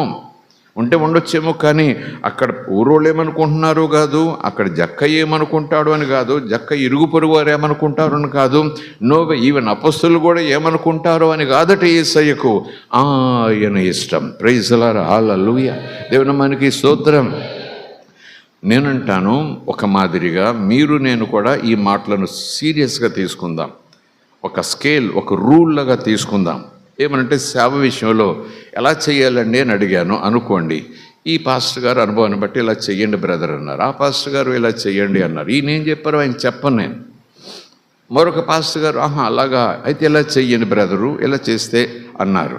అలా చేసుకుంటూ వాళ్ళు చెప్పే విషయంలో ఒకటి నాకు ఇష్టమైన రీతి కనపడింది అనుకోండి, అప్పుడు అలా నేను సేవ చేసుకుని వెళ్ళిపోవచ్చు. ఒకవేళ ఎవరైనా మరి ఇది అని అడిగారు అనుకోండి, అడిగితే అనుభవం ఆయన పెద్ద ఆయన చెప్పారు అని అనొచ్చు. ఓకే, ఆయన పెద్ద అయినా అవ్వచ్చు, ఖండాలనో దేశాలనో తిరిగేసినో ఆయన అవ్వచ్చు, వేల మంది లక్షల మందిని రక్షణలు నడిపించి బాప్తిస్మలు కూడా నడిపించిన వారు అవ్వచ్చు. సంస్థలు లేవా? మార్మోన్స్ ఉన్నారు, ఇంకా చాలా మనకు తెలియని డినామినేషన్స్ చాలా ఉన్నాయి. అవి కూడా లేఖనాన్ని పూర్తిగా పాటించరు. ఏదో ఒక మాట పట్టుకుని దాన్ని పట్టుకునే వెళ్ళిపోతారు. వాళ్ళు కూడా దేశాల్లో సేవ చేశారు, వాళ్ళు కూడా వేల లక్షల సంఘాలు కట్టారు. ఆ సంఘాల్లో ఆ పద్ధతి చొప్పున వాళ్ళు బాప్తిజాలు. కొన్ని సంఘాలు బాప్తిజాలు ఉండవు, ఎందుకంటే మా పూర్వీకులు బాప్తిజాలు లెక్క కాదు. మార్మోన్స్ అంటే మరొకరు అంటే అందులో బాప్తిజాలు కుదరదు. జెండా కింద నుంచి వెళ్తే చాలు, నీళ్ళు అవనవసరం, జెండా కింద నుంచి వెళ్ళాలి. అదొక సంస్థ. ఆఫ్రికాలో లక్షల సంఘాలు ఉన్నాయి, ఏషియాలో లక్షల సంఘాలు ఉన్నాయి, యూరోప్లో లక్షల సంఘాలు ఉన్నాయి, ఈవెన్ ఇండియాలో వేల లక్షల సంఘాలు ఉన్నాయి. స్తోత్రం కలుగునుగాక, హల్లెలూయా. కనుక ఈయన అడిగితే ఆ సంస్థ సిద్ధాంతాన్ని బట్టి చెప్తాడు, ఈయన అడిగితే సంస్థ సిద్ధాంతాన్ని బట్టి చెప్తాడు, ఈయన అడిగితే ఆ నడిపింపులో ఉన్నామండి, మా పిత్రులండి, ఆ నడిపింపులోనే మేము ఉంటామండి అని ఈయన మాట చెప్తారు. మరి మనం ఏది చేయాలి? మన పాస్టర్ గారు అని కాదు, మీరైనా నేనైనా సేవ విషయంలో కానీ ఏ నిర్ణయ విషయంలో కానీ మనము యేసయ్య దగ్గరికి రావాలి. అందుకే ఆయన వాక్యం ఇచ్చారు. స్తోత్రం కలుగునుగాక. కుడికి కానీ ఎడమకు కానీ నన్ను తొలగనివ్వకుండా నన్ను నడిపించేది వాక్యం. అందుకే ఆ రోజు ధర్మశాస్త్రం అంటే బలులు, పండగలు, ధూపాలు, దీపాలు, ప్రత్యక్ష గుడారాలు, గంగాలాలు, ఆ కోడెలు, గువ్వలు, మేకలు, పొట్టేళ్ళు, అది అనుకుంటాం ధర్మశాస్త్రం అంటే. ఇది ధర్మం. స్తోత్రం కలుగునుగాక. ధర్మశాస్త్రం కొట్టివేయబడింది అంటే ధర్మశాస్త్రం అంటే ధర్మము గురించి చెప్పినది అని అనుకుంటే, ఖగోళ శాస్త్రము, వృక్ష శాస్త్రం అంటాం కదా, ధర్మం గురించి శాస్త్రం అనుకుంటే బలులు కొట్టివేయబడ్డాయి. ప్రత్యక్ష గుడారపు ఆ నీతులు, ఆ అనుభవాలు అవన్నీ కూడా తీసివేయబడ్డాయి. తెర చించేశాడు, వచ్చేసేయండి అందరూ అతి పరిశుద్ధ స్థలానికి అన్నాడు. అలాగని ధర్మాన్ని కొట్టేయలేదు ఆయన. ధర్మం అంటే ఏంటి? ఆయన మాటే ధర్మం, ఆయనే ధర్మం, ఏసే సత్యం, ఏసు మాటే సత్యం. ఆయన మాట ఆయన కొట్టేసుకోడు కదా. ప్రైజ్ ది లార్డ్, హల్లెలూయా. ఒకవేళ పాఠాలుగా చెప్పాలన్నా, ఒకవేళ సంస్థ రూపంగా చెప్పాలన్నా, ధర్మశాస్త్రం కొట్టివేయబడిందని బట్టలు చింపేసుకుని వేదిక మీదకి ఎక్కి వివాదాలు పెట్టుకునే కన్నా, ధర్మశాస్త్రం కొట్టివేయబడింది. అందులో ఏం కొట్టివేయబడ్డాయి? ధర్మశాస్త్రం అంతా కొట్టివేయబడిందా? ధర్మశాస్త్రం అంటే దేని గురించి? బలుల గురించి ఉంది. ఒకే బలి, పండగలు ఏమక్కర్లేదు, కడుక్కోవటాలు ఏమక్కర్లేదు, గంగాళంలో కాళ్ళు చేతులు కడుక్కోవటం ఏమక్కర్లేదు, యాజకులే రావాలి, అందరూ బయట ఆవరణలో ఉండాలి, ఏమక్కర్లేదు. ఎవరు చెప్పారు? ఆయనే తెరచించేసి వచ్చేసేయండి అన్నాడు. స్తోత్రం కలుగునుగాక. అలాగున ఆచార పద్ధతి బలులన్నీ కొట్టివేయబడ్డాయేమో కానీ ధర్మం కొట్టివేయబడలేదు, నీతి కొట్టివేయబడలేదు, సత్యం కొట్టివేయబడలేదు. ధర్మం కొట్టివేయబడితే దేవుడు తను తాను కొట్టివేసుకున్నట్టే. సత్యం కొట్టివేయబడితే దేవుడు తనను తాను కొట్టేసుకున్నట్టే. ఆయన అంటున్నాడు, ఆకాశములు గతించిపోయినా, భూమి గతించిపోయినా, యుగాలు మారిపోయినా, తరాలు మారిపోయినా ఉండనివ్వండి, నా మాట మారదు, నా మాట మారదు. ఆది యందున్న మాట, ఆదికి ఆది ఉన్న మాట, అంతమును చేసిన మాట, అంతమును కూడా చేయగలిగిన శక్తి కలిగిన మాట, అంతము తర్వాత కూడా నిలిచి ఉండే నా మాట నేను కొట్టివేయబడను, నిత్యము ఉంటాను. Praise the Lord, hallelujah. దేవుని మనకి స్తోత్రం. కనుక ధర్మశాస్త్రం కొట్టివేయబడింది, కొట్టివేయబడలేదు అని కొన్ని వచనాల ప్రకారం అవగాహన చేసుకుని అక్కడితో ఆగాలి. కానీ ఆ విషయంలో ధర్మమే కొట్టివేయబడింది అన్నట్టుగా విచ్చలవిడి జీవితం సంఘానికి మాత్రం రాకూడదు అనేది పౌలు ద్వారా సంఘానికి ఆ రోజు హెచ్చరిక. కొంతమంది ఆశించారు. వేటిని ఆశించారు? ఆశించొద్దని చెప్పిన వాటిని ఆశించారు. వేటిని ఆశించారు? చెడ్డ వాటిని ఆశించారు. చెడు అని ఎవరు చెప్పారు? ఈ సంఘానికి అది చెడు కాదు, ఆ సంఘానికి అది చెడు, ఆ సంఘానికి అది చెడు కాదు, ఆ సంఘానికి ఆ చెడు, ఆ సంస్థకు అది పెద్ద చెడు కాదు, ఈ సంస్థకు అది పెద్ద చెడు. సంఘాలు ఎన్నో ఉండొచ్చు, సంస్థలు ఎన్నో ఉండవచ్చు, ఏదేదో ఆ సత్యాల నుంచి పుట్టి ఉంటే ఉండొచ్చు, వాక్యం నుంచి వచ్చి ఉంటే ఉండొచ్చు, బాప్సాలు తీసుకునేట్టు ఉండొచ్చు, అందరూ ప్రభుని ఆరాధిస్తూ ఉండొచ్చు. కానీ వీటన్నీ ఎక్కడ కలవాలి? ద్రాక్షవల్లిలోకి రావాలి కదా. నదులన్నీ సముద్రంలో కలిసే ఆ నేచర్ లా దేవుడు పెట్టిన అందరూ కూడా సత్యం దగ్గరికి రావాలి. ఏ సంఘం ఏదైనా సరే దేవుని ఇష్టం, ధర్మం పాటించేదై ఉండాలి. చెడ్డ వాటిని ఆశించకూడదు. ఏది చెడు అంటే బైబిల్ దగ్గరికి రావాలి, ఏది చెడు అంటే వాక్యం దగ్గరికి రావాలి, ఏది మంచి అంటే అది కూడా దేవుణ్ణి అడగాలి. ఏది మంచి అని తెలుసుకుంటే చాలండి, మిగిలినవన్నీ చెడ్డే కదా అని అనుకోకూడదు. No no no no. ఏది మంచివో తెలుసుకుంటే ఆ పక్కన చెడ్డ ఉంటాయి చూసారా, అవి కూడా కొనుక్కొని మనకు మంచిగా కనిపిస్తాయి. కనుక దేవుడు ఇది లిస్ట్ ఇస్తాడు, అది లిస్ట్ ఇస్తాడు. స్తోత్రం కలుగును గాక. చెడ్డవేంటో తెలుసుకుంటే మిగిలినవన్నీ మంచే కదండి అని మనం ఏరు పోగేసుకునే అవకాశం ఉంది. అందుకని ప్రభు ముందు మంచి చెప్పే ముందు కాదు ఇలాగ అనాలేమో, ఉపవాసం ఎలా చేయాలంటే అని చెప్పే ముందు, ప్రార్థన ఎలా చేస్తే బాగుంటుందంటే అని చెప్పే ముందు, ఆరాధన ఎలా చేస్తే బాగుంటుందంటే అని చెప్పే ముందు, కానుకలు ఎలాగిస్తే బాగుంటుందంటే అని చెప్పే ముందు ఆపోజిట్ చెప్పారు ప్రభు మత్తయి సువార్తలో. కొంతమంది దైవజనులు దాన్ని కూడా దేవుని చిత్తమైన రీతి, ఎందుకంటే నెగిటివ్ను మనం తొందరగా పట్టుకుంటాం, నెగిటివ్లకు మనం తొందరగా వెళ్ళిపోతాం, తప్పులు తొందరగా చేసేస్తాం, భ్రమపడిపోతాం, నిజం అనుకుంటాం, సత్యం అనుకుంటాం, నీతి అనుకుంటాం. కనుకనే ముందు ఆపోజిట్ ముందు చెప్తున్నాడు ఆయన. స్తోత్రం కలుగును గాక. ఇది ఉపవాసం కాదు, ఉపవాసం అంటే ఇది ప్రార్థన కాదు, ప్రార్థన అంటే ఇది ఆరాధన కాదు, ఆరాధన అంటే ఇది. ఈ కానుకలు ఇవ్వటం అందరూ చేస్తారు, ఇలాగ కానుక ఇవ్వాలి. స్తోత్రం కలుగును గాక. ప్రైజ్ ది లార్డ్, హల్లెలూయా. కనుకనే ఇది చెడ్డదో ఇది మంచిదో రెండూ చెప్తాడు. స్తోత్రం కలుగును గాక. ఎందుకంటే మనం చాలా అప్పుడే మరి ఆలోచన, తెలివి, బుద్ధి ఎంత వేగంతో ఉండే తెలియదు. కానీ ఇప్పుడు చిన్నపిల్లలు ఉండే ఆలోచన విధానం, వాళ్ళ స్పృహ, వాళ్ళ తెలివితేటలు, వాళ్ళ బుద్ధి, వాళ్ళు మాట్లాడే తీరు చూస్తే అప్పుడే కాలేజీలో చదివొచ్చారేమో అన్నట్టుగా మాట్లాడుతున్నారు ఈ మధ్య కాలంలో. వాళ్ళు చేసే పనులు చూస్తే సంవత్సరన్నర ఇదేంటి ఇలాగునా అని కొంతమంది ఆశ్చర్యపోతున్నారు. ఇవి కూడా తెలిసిపోతున్నాయా? ఇవి కూడా చేసేస్తున్నారా? ఇలా కూడా గుర్తుపట్టేస్తున్నారా? ఇలా కూడా కోప్పడుతున్నారా అని అనేస్తున్నారు. వెళ్ళే కొలిది జ్ఞానం పెరిగిపోతుంది. జ్ఞానంతో పాటు దేవుడు లేడనే తత్వం కూడా పెరిగిపోతుంది. జ్ఞానం పెరిగినప్పుడు ఏమవుతుంది? జ్ఞానం ఎలా చెప్తుంది? లోక జ్ఞానం దేవుడు లేడు, దెయ్యము లేదని తేల్చేస్తుంది. అందుకే బాల్యం నుంచి కూడా దేవుని వాక్య జ్ఞానంలో మనం ఎదగాలి. అప్పుడు ఏది మంచిదో ఏది చెడో ఆయనే చెప్పేస్తారు. స్తోత్రం కలుగును గాక. ప్రైజ్ ది లార్డ్, హల్లెలూయా. వారు ఆశించిన ప్రకారం మనము చెడ్డవాటిని ఆశించకుండానట్లు ఈ సంగతులు మనకు ఉదాహరణగా ఉన్నాయి సంఘానికి. అవన్నీ ఎప్పుడో జరిగిన ఇప్పుడు ఎందుకండి బాబు? పౌలు గారు మీరు చెప్తారు ఇది కృపాకాలం అండి, సంఘం అండి, మనం ఎలాగైనా ఎక్కడైనా ఏమైనా అనే స్పృహ మనకు వస్తే చాలా దూరం పోతుంటాం, చాలా నిర్ణయాలు తీసేసుకుంటుంటాం. అలాగని చెరలోకి పోతుంటాము, ఉచ్చుల్లో పడిపోతుంటాం, ఊర్లోకి పోతుంటాం. పశ్చాత్తాపడి దేవుని కనికరం కోరుతూ మళ్ళీ చేపట్టుకున్నాం అనుకోండి, మళ్ళా ప్రభు లేపి కౌగులించుకుని మళ్ళా ఆస్తికి వారసుడుగా చేస్తాడు, తిరిగి వచ్చిన చిన్న కొడుకు మాదిరిగా. స్తోత్రం కలుగును గాక. ప్రైజ్ ది లార్డ్, హల్లెలూయా. వారు ఆశించిన మాదిరిగా మనము చెడ్డవాటిని ఆశించకుండా ఉండుటట్లు ఈ సంగతులు మనకు దృష్టాంతములుగా ఉన్నవి. ఈ మాటలు ఎందుకు చెప్తున్నానంటే పౌలులో నుంచి పరిశుద్ధాత్ముడు సంఘంతో మాట్లాడారు. అసలు మనం ఎక్కడ ప్రారంభించామో వాక్యం? ప్రకటన గ్రంథం 2వ అధ్యాయం 7 నక్షత్రములు తన కుడి చేత పట్టుకుని 7 దీపస్తంభముల మధ్యన సంచరించేవాడు చెప్పుతున్న సంగతులు. 5 సంగతులు చెప్తున్నాడు ఆయన. యోహాన్ అనుకుంటామేమో, పౌలు అనుకుంటామేమో, మోషే అనుకుంటామేమో, ఇవి దేవుని సంగతులు. ప్రైజ్ లార్డ్, హల్లెలూయా, దేవుని నామానికి స్తోత్రం. ఈ మాటలు ఎవరు చెప్తున్నారు? యోహానే చెప్తున్నారు. కానీ యోహానే రాస్తున్నాడు, కానీ దేవుడు ఇలాగ అన్నాడు అని యోహానే రాస్తున్నాడు. కానీ అవి దేవుడు అన్నట్టుగానే మనం స్వీకరించాలి. అంత దూరం వెళ్ళి మన విధేయత చూపిస్తే దేవునికి ఇష్టలుగా కాదు, దేవుని ఇష్టపడే రీతిలో మన ఆధ్యాత్మిక జీవితం ముందుకు సాగిపోతుంది. ఆయన అంటున్నాడు, నీ క్రియలను, నీ కష్టములను, నీ సహనమును నేను ఎరుగుదును. ఎవరైనా అని ప్రారంభించాను ఒక అర్ధగంట ముందు.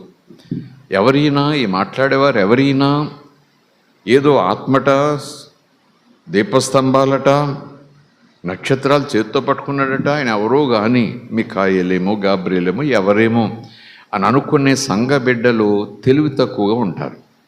ఆయన ఎవరో సంఘానికి తెలియాలి. ఆ సంగతులు వ్రాయించిన వాడు ఎవడో సంఘానికి తెలియాలి. స్తోత్రం కలుగును గాక. ఆ సంఘానికి తెలిసినప్పుడు ఆ సంఘమునకు వ్రాయించిన మాటల్లో అవునన్న మాటలు ఎన్ని ఉన్నాయి, కాదన్న మాటలు ఎన్ని ఉన్నాయి. కాదన్న మాటలు ఉండాలి అని మనం కోరుకోం. అన్నీ మనకు ఫస్ట్ మార్కులు రావాలని కోరుకుంటాం. 100% పాస్ అయిపోవాలని కోరుకుంటాం. లేదు 100% నేను పాస్ అయిపోతాను, 100 వస్తాయి నేను అనుకుంటాను. పరీక్ష బయటకు వచ్చాక ఆ వాల్యుయేషన్ అయిన తర్వాత తెలుస్తుంది అందులో చాలా తప్పులు దొర్లాయి. అందుకే 30 మార్కులు వచ్చాయి, అందుకే 60 మార్కులు వచ్చాయి. కనుక ఈ సంగతులు మనం తెలుసుకోకపోతే, ఈ సంగతులు చెప్పిన వాడు దారిపోయే దానయ్య కాదు, బట్టల మాసిపోయి నిలుటంగి వేసుకున్న యోహాను కాదు, సాక్షాత్తు ఎవరైనా 12వ వచనం 1వ అధ్యాయం. ఈ మాటలు ఎవరు చెప్తున్నారు, ఆ స్వరమేంటి అని నేను వెనక్కి తిరిగాను. అప్పుడు ఏం జరిగింది? వెనక్కి తిరుగుగా చూద్దాం, మీరు కూడా మౌనంగా చదవండి. 7 సువర్ణ దీపస్తంభములను, ఆ దీపపు స్తంభముల మధ్యను మనుష్య కుమారుని పోలిన, మనుష్య కుమారుడు పోలిన, స్తోత్రం కలుగునుగాక. అంటే వెంటనే ఒక ఆలోచన మనకు రావాలి. ఇంకా లోపలికి వెళ్తే ఆధ్యాత్మిక ఆత్మీయ మర్మాలు చాలా మనకు దొరుకుతాయి లేఖనాలో నుంచి. కానీ చట్టాలను మనకు ఒక స్ఫురణ రావడానికి గల కారణం దేవుడు వెలుగు. దేవుడు వెలుగే ఉన్నాడు. మనకి ఎప్పుడు చూసిన వెలుగే కనిపిస్తుంది. ఆ వెలుగులో నుంచే స్వరం వస్తుంది. ఆ వెలుగులో ఇంక ఆకారం ఏమి ఉండదు. వెలుగు అంటే ఆకారం ఎక్కడుంటుందో, ఎక్కడ ఆయన ఉంటారో తెలియదు, ఆయన ఎలాగుంటారో తెలియదు, ఎవరు చూడలేం. కాబట్టి వెలుగంతే, దేవుడు అంటే వెలుగంతే అని అనుకోకూడదు. దేవుడు మనలను ఆయన పోలిక చొప్పున చేశాడు. స్తోత్రం కలుగునుగాక. 2 పోలికలు ఉన్నాయి. ఒకటి ఆత్మ, రెండవది శరీరం. మొదటి దేవుడు ఆత్మను ఊదాడా, ఏదేమంటే బొమ్మ చేయకుండా ఊదాడా ఆత్మను, లేదా చేసిన తర్వాత? చేసే ముందు ఏమనుకున్నాడు? మన పోలిక చొప్పున ఏమన్నాడైనా, మనలాంటి, మన ఆకారంలో అని మట్టితో మన్నుతో ఒక ఆకారం చేశాడు. పోలిక, 2 పోలికలు. ఒకటి చేతులు, కాళ్ళు, ముక్కు అన్నీ. ఈ లోక సంబంధంగా ఈ అవయవాలన్నీ కూడా లోకరీతిగా బ్రతకటానికి సహాయం చేసే యంత్రాంగం ఇదంతా కూడా. కానీ దేవునికి ఆ యంత్రాంగం అవసరం లేదు, ఆ సిస్టమ్ అవసరం లేదు. అయినా ఇది ఆయన పోలిక. మనకు కనులిచ్చిన దేవుడికి కనులు ఉండకుండా ఉంటాయా, చూడకుండా ఉంటాడా? స్తోత్రం కలుగునుగాక. ఆయన పోలిక ఒకటి, బయట పోలిక, లోపల ఆత్మ పోలిక. ఇక్కడ చూస్తే మనుష్య కుమారుని పోలిన యేసు ప్రభు సశరీరుడుగా పైకి వెళ్ళాడు. ఆయన రూపం ఇక్కడ ఉండిపోలేదు. ఆత్మగా, గాలిగా, ధూళిగా, వెలుగుగా, గాలిగా పైకి పోలేదు. ఆయన సశరీరుడుగా ఏ శరీరంతో భూమి మీద సంచారం చేశాడో అదే శరీరంతో ఆయన పైకి లేచాడు. కనుకనే తోమ దగ్గరకు వచ్చి చూడు నా గాయాలు అంటున్నాడు. ఆ శరీరం కాదు, మరొక శరీరం అండి, మానవ శరీరమే కానీ మరొక శరీరం అండి. ఆయన అక్కడ గాయపరచబడ్డారు, ఉమ్ములూశారు, శిరస్సు మీద ముళ్ళ కిరీటం పెట్టారు. ఆయన మందులోంచి లేపినప్పుడు బహుశా ఆ శరీరం ఉండదండి బాబు, ఎందుకంటే ఆకారం లేదు, అసలు సౌందర్యమే లేదు, చితక కొట్టబడింది, నలగ కొట్టబడింది, రక్తపు ముద్దలాగా అంటే అసలు ఈ శరీరం అంతా గాయాలు కదంటే అవును. అందుకే ఆయన గాయాలు చూపిస్తున్నాడు. ఎందుకు చూపిస్తున్నాడంటే నేను ఏ శరీరంతో అయితే గాయపరచబడి సమాధులకు వెళ్ళాను, అదే శరీరంతో నేను లేచాను. పరిశుద్ధాత్మ నన్ను లేపారు, నాకు నేనుగా లేచాను. తండ్రి నన్ను లేపారు. తండ్రి వేరు, ఆత్మ వేరు, నేను వేరు కాదు. నాకు నేనుగా ప్రాణం పెట్టాను, నాకు నేనుగా చనిపోయాను, నాకు నేనుగా సమాధులకు వెళ్ళాను, నాకు నేనుగా లేచాను. ఆత్మ నన్ను లేపారు, తండ్రి నన్ను లేపారు. స్తోత్రం కలుగునుగాక. Praise the Lord. హల్లెలూయా. అందుకే తోమా దగ్గరికి వచ్చి అంటారు, చూడు గాయాలు పెట్టి చూడు, పక్కలో గాయమంది చూడు, చేతిలో గాయమంది చూడు. ఆ 2 మాటలు చాడు సశరీరుడుగా ఆయన లేచాడని చెప్పటానికి. సశరీరుడిగా లేచినా మహిమలో ఉన్నా నేను అనుకుంటాను ఇప్పటికీ యేసుప్రభు చాలా మందికి తన గాయాలు చూపిస్తున్నాడు. మహిమలో ఉన్నా సరే, మహిమతో ఉన్నటువంటి ప్రభు ఇప్పటికీ కొంతమందికి ఆ మహిమ శరీరంతో గాయాలు చూపిస్తున్నాడు. ఆ గాయం చూపిస్తేనే వాడు నమ్ముతున్నారు. స్తోత్రం కలుగునుగాక. Praise the Lord. హల్లెలూయా. మనుష్య కుమారుని పోలిన అంటే జ్యోతి స్వరూపుడు కాదండి, సూర్యునిలాగా, చంద్రునిలాగా, అదేదో తేజస్సులాగా, ఇక్కడో లైటు, అక్కడో లైటు, చేతి దగ్గర లైటు, గుండె దగ్గర లైటు, అదొక లైట్లన్నీ కూడా ఒక ఆకారం. మనుష్య కుమారుడిని ఎందుకన్నాడంటే చేతులు, నోరు, కళ్ళు, పాదాలు, వస్త్రం, సింహాసనం. స్తోత్రం కలుగునుగాక. Praise the Lord. హల్లెలూయా. దీపస్తంభముల మధ్యన మనుష్య కుమారుని మనుష్య కుమారుడు పోలిన ఒక్కనిని చూచి తిని, ఆయన తన పాదముల మట్టునకు దిగుచున్న వస్త్రము ధరించుకొని ఉన్నాడు, రొమ్మునకు బంగారు దట్టి కట్టుకొని ఉన్నాడు. ఆయన తలయు తల వెంట్రుకలు తెల్లని ఉన్నిన పోలినవై ఉన్నాయి. వెలుగు కిరణాలు, తేజస్సు, హేమమంతా ధవళముగా ఉన్నాయి. ఆయన నేత్రాలు అగ్ని జ్వాలల వలె ఉన్నాయి. ఆయన పాదములు కొలిమిలో పొటము వేయబడి మెరిసిపోతున్న అపరంజి వెండితో సమానమైపోయి ఉన్నాయి. ఆయన కంఠస్వరం గురించి చెప్పమంటారా? విస్తార జల ప్రవాహముల ధ్వని ఒక చోటకు సమకూరిస్తే ఎలా ఉంటుందో అలాగ ఉన్నది. ఆయన తన కుడి చేత 7 నక్షత్రాలు పట్టుకుని ఉన్నాడు. ఆయన నోటి నుండి 2 అంచులు గల వాడైన ఖడ్గం, వాక్యం బయటకు వెడిలిపోతూ ఉంది.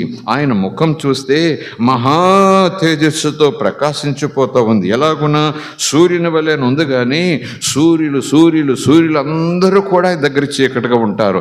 మహాసూర్యుడు, నీతి సూర్యుడు, తేజో సూర్యుడు, లోకాలు వెలిగించే సూర్యుడు. ఓ ప్రైజ్ ది లార్డ్. సూర్యుని వలె అంటే యోహానుకు తెలిసిన, యోహాను అర్థం చేసుకున్న, యోహాను గ్రంథస్థం చేసి మరొకరు చెప్పటానికి వీలుగా ఉండేలాగా ఆయనకు అందిన పదం అదే. ఆ వెలుగుని ఎలా వివరించాలో చెప్పలేకపోయాడు. తనకు అప్పటికప్పుడు చూసినప్పుడు సూర్యునిలాగా అని ఉన్నాడు. ఇలాంటి సూర్యులు ఎంతోమంది ఉన్నారని శాస్త్రజ్ఞులు చెప్పేస్తున్నారు, ఏవో దుర్బిణీలు పెట్టి చూసేసి. మనకు కనపడే సూర్యుడు ఒక్కడే కాదు, ఈ సృష్టిలో చాలామంది సూర్యులు లాంటి నక్షత్రాలు ఉన్నాయి. ఇలాంటి కోట్ల సూర్యులను శూన్యంలో పెట్టిన ఆ సూర్యుని మించిన సూర్యుడు. స్తోత్రం కలుగునుగాక. Praise the Lord. హల్లెలూయా. దేవునికి స్తోత్రం. హల్లెలూయా. తేజస్సుతో ఆయన ముఖం ఎందుకు వివరిస్తున్నాడు యోహాను?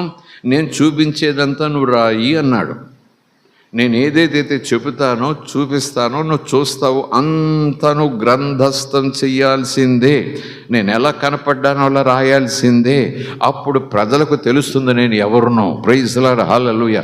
నేను ఎలా ఉంటానో, నాకు నమస్కారం చెయ్యాలో లేదో, నన్ను గౌరవించాలో వద్దు, నా ముందు సాగిలపడాలో వద్దు, నా మాటకు చెవి ఒగ్గాలో వద్దు, వాళ్ళు తెలుసుకుంటారు. ఇది నా ఆకారం. స్తోత్రం కలుగునుగాక. Praise the Lord. హల్లెలూయా. దేవునికి స్తోత్రం. మహా తేజస్సుతో ప్రకాశించుచున్న సూర్యుని వల్లే ఉన్నాడు. నేను ఆయన చూడగానే భయమేసేసి చచ్చిన వాళ్ళ వలె ఆయన దగ్గర పాదాల దగ్గర పడిపోయాను. కూర్చున్నాను నెమ్మదిగా. నో పడిపోయాడు దబ్బున. యేసును చూడగానే అదే జరుగుతుంది. యేసు సన్నిధి రాగానే అదే జరుగుతుంది. స్తోత్రం కలుగునుగాక. Praise the Lord. హల్లెలూయా. ఆయన తన కుడి చేతిని నా మీద ఉంచి నాతో ఇట్లన్నాడు. ఏమన్నాడు? ఇంకా అప్పుడు ఎందుకంటే ఈ మాటలని ఎందుకు చదువుతున్నాను? మీరు చదవలేదని కాదు, మీకు తెలియదని కాదు, మీకు చదవడం చేత కాదని కాదు, మీ బైబిల్ 1వ అధ్యాయం లేదు, నా బైబిల్లో ఉందని చెప్పడానికి కాదు. ఇవన్నీ ఎందుకు చదువుతున్నానంటే, చదివి వినిపిస్తున్నానంటే, నేను చదువుకుంటూ మీకు చదివి వినిపిస్తూ 2వ అధ్యాయంలో ఆత్మ సంగముతో చెప్పుచున్న మాట చెవిగలిగి వినాలి అనే దానికి నేను ఎంత చెవిగలిగి వినాలో నేను అర్థం చేసుకోవాలంటే ఇది నాకు కావాలి. దేవుని నామానికి స్తోత్రం. నాతో మాట్లాడేవాడు పురాణ పురుషుడు కాదు, ఒక వేదాలు చెప్పినోడు కాదు, ఒక మహానుభావుడు కాదు, తపస్సేసి దిగి వచ్చిన ఎవరో దూత కాదు. నో నో నో నో, మహాదేవుడు నాతో మాట్లాడుతున్నాడు. చెవి ఇవ్వకపోతే నేను పోతాను, చెవి ఇవ్వకపోతే నాకు కీడు, నాకు నష్టం. స్తోత్రం. Praise the Lord, hallelujah. ఈ మాటలు చదువుతూ చకచక ముందుకు చెప్పుకుపోవటానికి నా దగ్గర కొన్ని పాయింట్స్ ఉన్నాయి, సిద్ధపరచుకుని వచ్చాను. కానీ ప్రభు అక్కడి నుంచి 1వ అధ్యాయం తీసుకెళ్లారు, అక్కడి నుంచి కొరింథీ సంఘాన్ని తీసుకెళ్లారు, అక్కడి నుంచి నిర్గమకాండం దగ్గర తీసుకెళ్లారు. ఎందుకంటే దేవుని మాట వినని వారు ఇక్కడ ఎక్కువ ఉన్నారు అని కాదు, తక్కువ ఉన్నారని కాదు, కానీ ఆ మాటలు వినటం ద్వారా నేను తక్కువ ఉన్నారు, తక్కువ ఉంటారు అన్నట్టుగా ఎక్కువగా వినని వారు ఉన్నారట. అక్కడ ఎక్కువ మంది దేవునికి ఇష్టలుగా లేకపోయారు, దేవుని ఇష్టపడకపోయారు. దేవుడు అందరిని ఇష్టపడే కదండి బయటకు తీసుకొచ్చాడు. ఆయనకి ఇష్టం లేకపోతే కొంతమంది వదిలేస్తారు కదా. అక్కడ నీలో భక్తి లేదు, నీలో భయం లేదు, నువ్వు పనికిమాలిన పని చేస్తావు రాబోయే దినాల్లో, అందుకు నువ్వు ఇక్కడే ఉండు, ఇక్కడే చావు, ఈ పాపంలో చావు, నీలాంటి వాడికి పాలు తేలు కరించి దేశం వద్దు అంటూ మోషేకు చెప్పలేదు, తాను అనుకోలేదు. అందరూ బాగుంటారు, అందరూ బాగుండాలి, స్తోత్రం కలుగును గాక. అందరిని ఆయన ఇష్టపడ్డాడు, కానీ చాలామంది ఆయన కూడా ఇష్టపడి బయటకు వచ్చారు, ఆయన నడిపింపని ఇష్టపడి బయటకు వచ్చారు, ఆయన తీసుకెళ్లే చోటుకు వెళ్ళాలని బయటకు వచ్చారు. కానీ మధ్యలో మనసు మారిపోయింది, మధ్యలో ఏమో ప్రాముఖ్యమైపోయాయి. దేవుని ఇష్టములో లేకపోయి దేవునికి ఇష్టలు కాకుండా ఉన్నారు అనే మాటల్లో ఉన్న ఆంతర్యం ఒకసారి మనం ఆలోచన చేసుకుంటే, దేవుని మాట వాళ్లకు చేదయ్యింది. స్వస్థతలు జరిగినంతసేపు, అద్భుతాలు జరిగినంతసేపు, ప్రవచనాలు వచ్చినంతసేపు, సుఖభోగ భాగ్యాలు దేవుడిచ్చినంతసేపు దేవుని మాట. ఆ చిన్న శ్రమ, ఇరుకు, ఇబ్బంది, అవమానము, ప్రయాణం వచ్చేటప్పటికి ఏం దేవుడు, ఏం చర్చో, ఏం వాక్యమో అంటూ మన ఇష్టానుసారంగా వెళ్ళిపోయేటటువంటి పరిస్థితి. దేవునిలో ఇష్టంలో ఉన్నా దేవునిని మనం ఇష్టపడకుండా దేవునితో నడుస్తున్నాం, యేసుని ఇష్టపడకుండా యేసు మార్గం నడుస్తున్నాం, యేసు మాటను పెడచమని బట్టి యేసే మాకు దేవుడు అంటున్నాం. Something is wrong. Praise the Lord, hallelujah. ఇష్టము లేని భార్య, ఇష్టము లేని భర్త, ఇష్టము లేని కన్యక, ఇష్టము లేని బ్రహ్మచారి, వరుడు వధువు, ఎంతకాలం ఈ కాపురం, అదేంటి సంసారం, అదేంటి కుటుంబం, అదేంటి వివాహ వ్యవస్థ, స్తోత్రం కలుగును గాక. Something is wrong. ఇద్దరు భార్య భర్తలట ఒక ఇంట్లోనే ఉంటారట, ఆ తర్వాత ఎవరిష్టం వాళ్ళదేనట. పోరాటమట, రోజు పోట్లాటాలట. అంటే ఎంత విచిత్రంగా ఉంటుందో. ఇష్టపడి చేసుకున్నారు, ఇష్టపడి చేసుకోలేదా అని పెద్దలందరూ కూర్చుని పంచాయతీ పడతారు. అసలు ఇష్టపడి చేసుకున్నావా లేదా ఆయన్ని అంటారు, అష్టపడి చేసుకున్నావా లేదా అమ్మాయిని అంటాడు. అప్పుడు ఏ మాట చెప్పి చేసుకున్నావు, ఏ మాట చెప్పి నువ్వు చేసుకున్నావు అని ఇవన్నీ ఎందుకు అడుగుతారంటే, ఇలాగ ఏంటి పోట్లాట్లు చూస్తుంటే అసలు పెళ్ళి మీకు ఇష్టం లేదేమో, ఎవరో మీ మెడ మీద కత్తి పెట్టి చేశారా ఏంటి, మీరు ఏదైనా భ్రమలోకి వెళ్ళి పెళ్లి చేసుకున్నారా ఏంటి, మత్తులో ఉండి చేసుకున్నారా ఏంటి, అసలు ఆలోచన లేకుండా పెళ్ళి అంటే ఏదో బట్టలు వేసుకున్నట్టు అనుకున్నారా ఏంటి అంటూ పెద్దలు ఆ సాక్ష్యం, ఆ పంచాయతీ చెప్పే సమయంలో ఇలాంటి మాటలన్నీ వాడతారు. స్తోత్రం కలుగును గాక. నేను ప్రభువును అంగీకరించి ప్రభువుని ఇష్టపడి వెళుతున్నానట, కానీ ప్రభు అంటే ఇష్టం ఉండదట. కొంచెం చెప్పడానికి అభ్యంతరకరంగా ఉంది కదా. ప్రభు అంటే నాకు ఇష్టమే అంటూ ఆయన వెనకాల వచ్చాను, ప్రభు నువ్వు నాకు ఇష్టమే అంటున్నాను, కానీ ప్రతిదీ ఆయనకు వ్యతిరేకంగా ఉంటుంది. అందుకే దేవుడు చక్కటి ఉపమానాలు ఈ మధ్యాహ్నం మీకు నాకు చెప్తున్నాడు. స్తోత్రం కలుగును గాక. ఇదేం కలియక, ఇదేం సంబంధం, ఇదేం సహవాసం, ఇదేం ప్రేమ, ఇదేం అనుభవం, ఇదేం వివాహం. స్తోత్రం కలుగును గాక. హల్లెలూయా. వివాహం అంటే మరొకలాగా అనుకోకండి. ఇదేం కాపురం అంటే సంసారం అంటే పిల్లల గంటం అనుకోకండి. ఎందుకంటే దేవునితో కలవటం, దేవునితో సంబంధం, ఈ నడిపింపు అంతా కూడా రాబో దినాల్లో సంఘము వధువుగా ఆయన చేరబోతా ఉంది. ఆయన వరుడుగా ఉండబోతున్నాడు. దేవుడు సంఘాన్ని వధువుతో పోల్చాడు, తనను తాను వరుడుగా పోల్చుకున్నాడు యేసు ప్రభు. స్తోత్రం కలుగును గాక. ప్రభు అంటే నాకు ఇష్టమే అంటూ ఒంటి నిండా, కంటి నిండా, గుండెల నిండా లోకాన్ని పెట్టుకుని లోకం కావాలని కోరుకుంటూ, ఇదేం వివాహం, ఇదేం ఇష్టం, నాకు అంగీకారమే అని ఇదేం స్టేజ్ మీద చెప్పినట్టు చెప్పటం. అందుకే సంఘం ఈ చివరి దినాల్లో నువ్వైనా నేనైనా ఏ రోజుకి ఆ రోజు, ఈ రోజు కాదు, ఉపవాసకోటాల రోజు కాదు, ఎవరో ప్రవక్త వచ్చిన రోజు కాదు, ఏ రోజుకి ఆ రోజు నేను దేవుని ఇష్టపడి మార్గంలోకి వచ్చాను, యేసయ్య ప్రేమను ఇష్టపడి మార్గంలోకి వచ్చాను, యేసయ్య ప్రేమ నా కోసం ప్రాణం పెట్టాడని తెలుసుకుని వచ్చాను, నేను బ్రతుకు కాలమంతా ఆయన్నే ప్రేమిస్తాను, ఆయనతో పాటు ఉంటాను, ఆయన వెనకాల వెళ్తాను, ప్రతిదీ ఆయనతో చెప్పుకుంటాను, స్తోత్రం కలుగును గాక. మరి ఇప్పుడు నేనేం చేస్తున్నాను? ఆయన ప్రేమిస్తున్నానని చెప్పుకుంటున్నాను, ఆయనతో పాటు వెళ్తాను, కానీ మరి ఏంటి నా వ్యవహారం, ఏంటి నా బ్రతుకు, ఎక్కడ నా విధేయత, ఎక్కడ దేవుని పట్ల భయము భక్తి? చాలామంది ఆయనకి ఇష్టలు కాకుండా పోయారు. స్తోత్రం, హల్లెలూయా. అప్పుడు ధర్మశాస్త్ర కాలం. ఇప్పుడైతే అందరినీ ప్రేమిస్తున్నాడు, అందరి కోసం ప్రాణం పెట్టాడు, అందరినీ చివరి దాకా ప్రేమిస్తూనే ఉంటానన్నాడు. శాశ్వతమైన ప్రేమని దానికి పేరు పెట్టాడు. ఆ శాశ్వతమైన ప్రేమలో ఆయన చెప్పిన మాట ఏంటి? పవిత్రమైన ప్రేమ, నిత్యమైన ప్రేమ, నిర్మలమైన ప్రేమ, క్షమించే ప్రేమ, చారదీసే ప్రేమ, ముద్దు పెట్టుకునే ప్రేమ, మళ్ళా కడిగి సిద్ధపరిచే ప్రేమ, మళ్ళా ఉన్నతమైన స్థితికి నడిపించే ప్రేమ. ప్రైజ్ అలారా, హల్లెలూయా. మారని ప్రేమ, మార్పు లేని ప్రేమ, శక్తి కలిగిన ప్రేమ. లోకాలు మారిన మన పట్ల యేసుకున్న ప్రేమ మారదు. ప్రైజ్ అలారా, హల్లెలూయా. అలాగని మనము ప్రేమిస్తున్నాడులే, నేను వేరే కాపురం చేస్తానుకుంటూ ప్రేమిస్తున్నాడులే అనుకుంటూ పోవటం మంచిది కాదు. చాలామంది ఆయనకి ఇష్టలు కాకుండా ఆయన పట్ల వారు ఉంచాల్సిన ఇష్టాన్ని వాళ్ళు చూపించలేకపోతున్నారు. ఇష్టమని మాటలతో అంటున్నారు, కానీ వాళ్ళ వైఖరి చూస్తుంటే ప్రభు అంటే మాకు ఇష్టం లేదు అని చెప్పకనే వాళ్ళ వ్యవహారం, వాళ్ళ తీరు, వాళ్ళ పద్ధతి, వాళ్ళ హడావడి, వాళ్ళ నిర్ణయాలు అన్నీ మాకు ప్రభు అంటే ఇష్టం లేదు అని చెప్పకనే చెప్తున్నాయి. కానీ పాట, ప్రార్థన, సమావేశాలన్నీ కూడా ప్రభుకి ఇష్టమయ్యి వచ్చారండి అన్నట్టుంటున్నాయి. అక్కడ వచనం ఎందుకు కొరింథీ సంఘంలో వారిలో చాలామంది అని పౌలు చెప్పాడు. అది సంఘానికి హెచ్చరిక చెప్తున్నాడు. ఎందుకంటే అంచె దినాల్లో మనుష్య కుమారుడు తిరిగి వచ్చినప్పుడు ఇదిగో మనుష్య కుమారుని పోలినా అని చూసారా, ఆ పోలికతో మధ్యాకాశంలోనికి ప్రభు వచ్చినప్పుడు స్తోత్రం కలుగును గాక. దీనుడుగా రాడమ్మా, గొర్రెపిల్లగా రాడమ్మా, రారాజుగా వస్తాడు, రోషంగా వస్తాడు, చక్రవర్తిగా వస్తాడు, పరిపాలకునిగా వస్తాడు, సృష్టికర్తగా వస్తాడు. తీర్పు తీర్చే సింహాసనం ముందు కూర్చునే ముందు తన వధువు సంఘాన్ని చేయి పట్టుకుని తండ్రి ముందుకు తీసుకెళ్ళడానికి ఓరుడుగా వస్తున్నాడు యేసయ్య. స్తోత్రం కలుగును గాక. Praise the Lord, hallelujah. It's up to you and me. సంఘంగా మనం ఒక 4 గోళ్ల మధ్యలో కూర్చుని మన సంఘం అంటాం. యేసు అంటాడు మన సంఘం అని. గుంపులో ఏదోలా కూర్చోవద్దు, ఎవరికి వారే మీ మట్టుకు మీరు నిర్ణయం తీసుకోండి, మీ మట్టుకు మీరు దేవునితో సంబంధం కొనసాగించండి, దేవునితో అలాంటి ప్రేమను పెంచుకోండి, దేవునితో అలాంటి ఆప్యాయతను పెంచుకోండి. ఎవరికి వారే అలా నెట్వర్క్ వేసుకొని అందరూ కలిసి క్రీస్తులో నెట్వర్క్ అయి ఉండండి. ప్రైజ్ ది లార్డ్, హల్లెలూయా. చేతిలో వేళ్ళనున్నా ఆ వేళ్ళని ఆ చేతిలోనే, ఆ 2 చేతులు ఈ శరీరంలోనే. సంఘం అంటే అంతే. నువ్వు వెనకాలన్నా ముందు వచ్చిన వెనకాల వచ్చినా నువ్వు వేరుగా. సంఘం అంతా ప్రభుని ప్రేమిద్దామని ఒక పాట పాడేసుకుంటే కాదు, హల్లెలూయా చెప్పేస్తే చాలు కాదు. నీ మట్టుకు నీవు వ్యక్తిగతంగా ప్రభుతో ఆ రిలేషన్ మెయింటైన్ చేయాలి, వ్యక్తిగతంగా ప్రేమను మెయింటైన్ చేయాలి. ప్రభువు అంటే నాకు ఇష్టమని కేకలు వేసి పెద్ద డీజే బాక్సులు పెట్టి పెద్ద వాయిద్యాలు పెట్టేసి బెక్కోలంతా వినబడేలాగా సౌండ్ పెట్టేస్తే కుదరదు. ఆ సౌండ్ నా బ్రతుకులో కనపడాలి, ఆ సౌండ్ నా ప్రవర్తనలో కనపడాలి, ఆ సౌండ్ నేను ఆయన ప్రేమించే విధానంలో నాకు కనపడాలి. సౌండ్ ఎక్కువగా ఉంది, స్మెల్ తక్కువగా ఉంది. సౌండ్ ఎక్కువగా ఉంది, స్మెల్ తక్కువగా ఉంది. సౌండ్ ఇప్పుడు అందరికి కావాలి, అరుపులు కావాలి, సరుపులు కావాలి, కంటికి అందాలు కావాలి, కానీ సువాసన కంటికి కనపడదు. అది నోవే.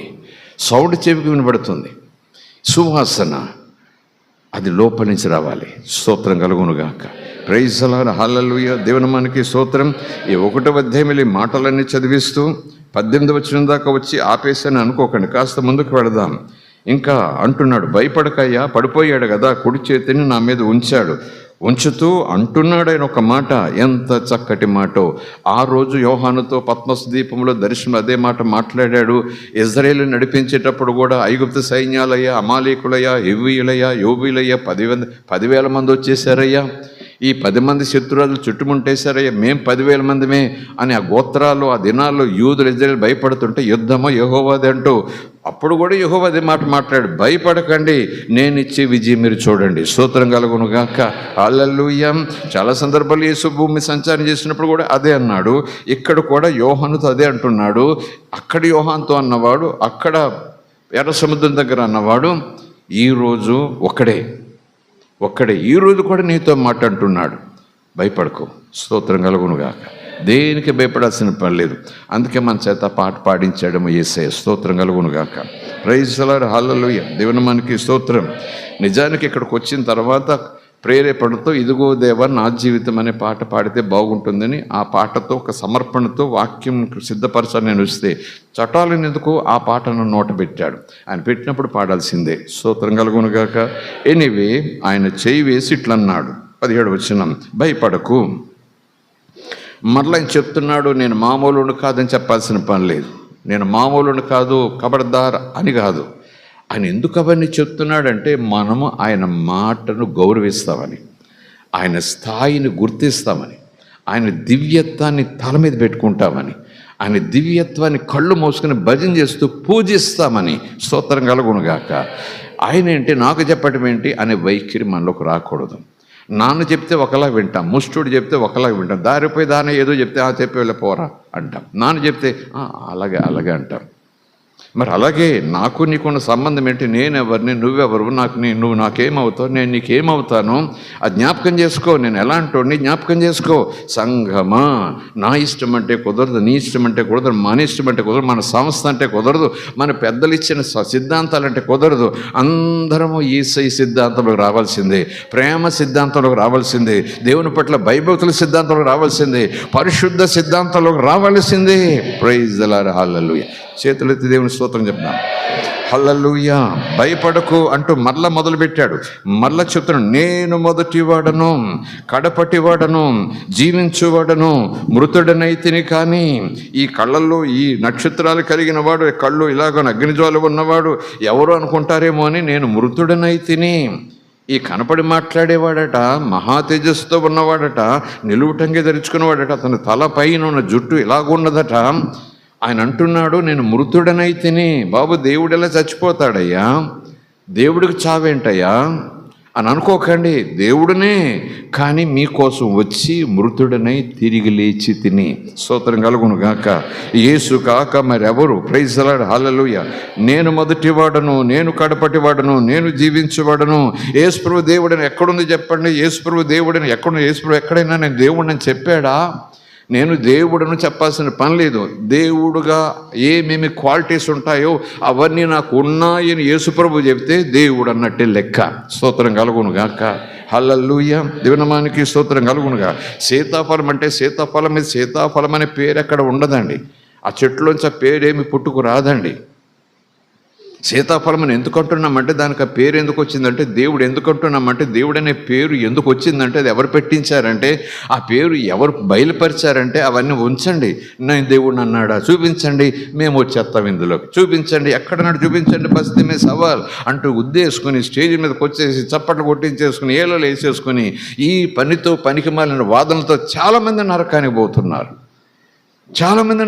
పోతున్నారు. వాళ్ళు పోతున్న గతి ఏంటో వాళ్ళకి తెలియట్లేదు.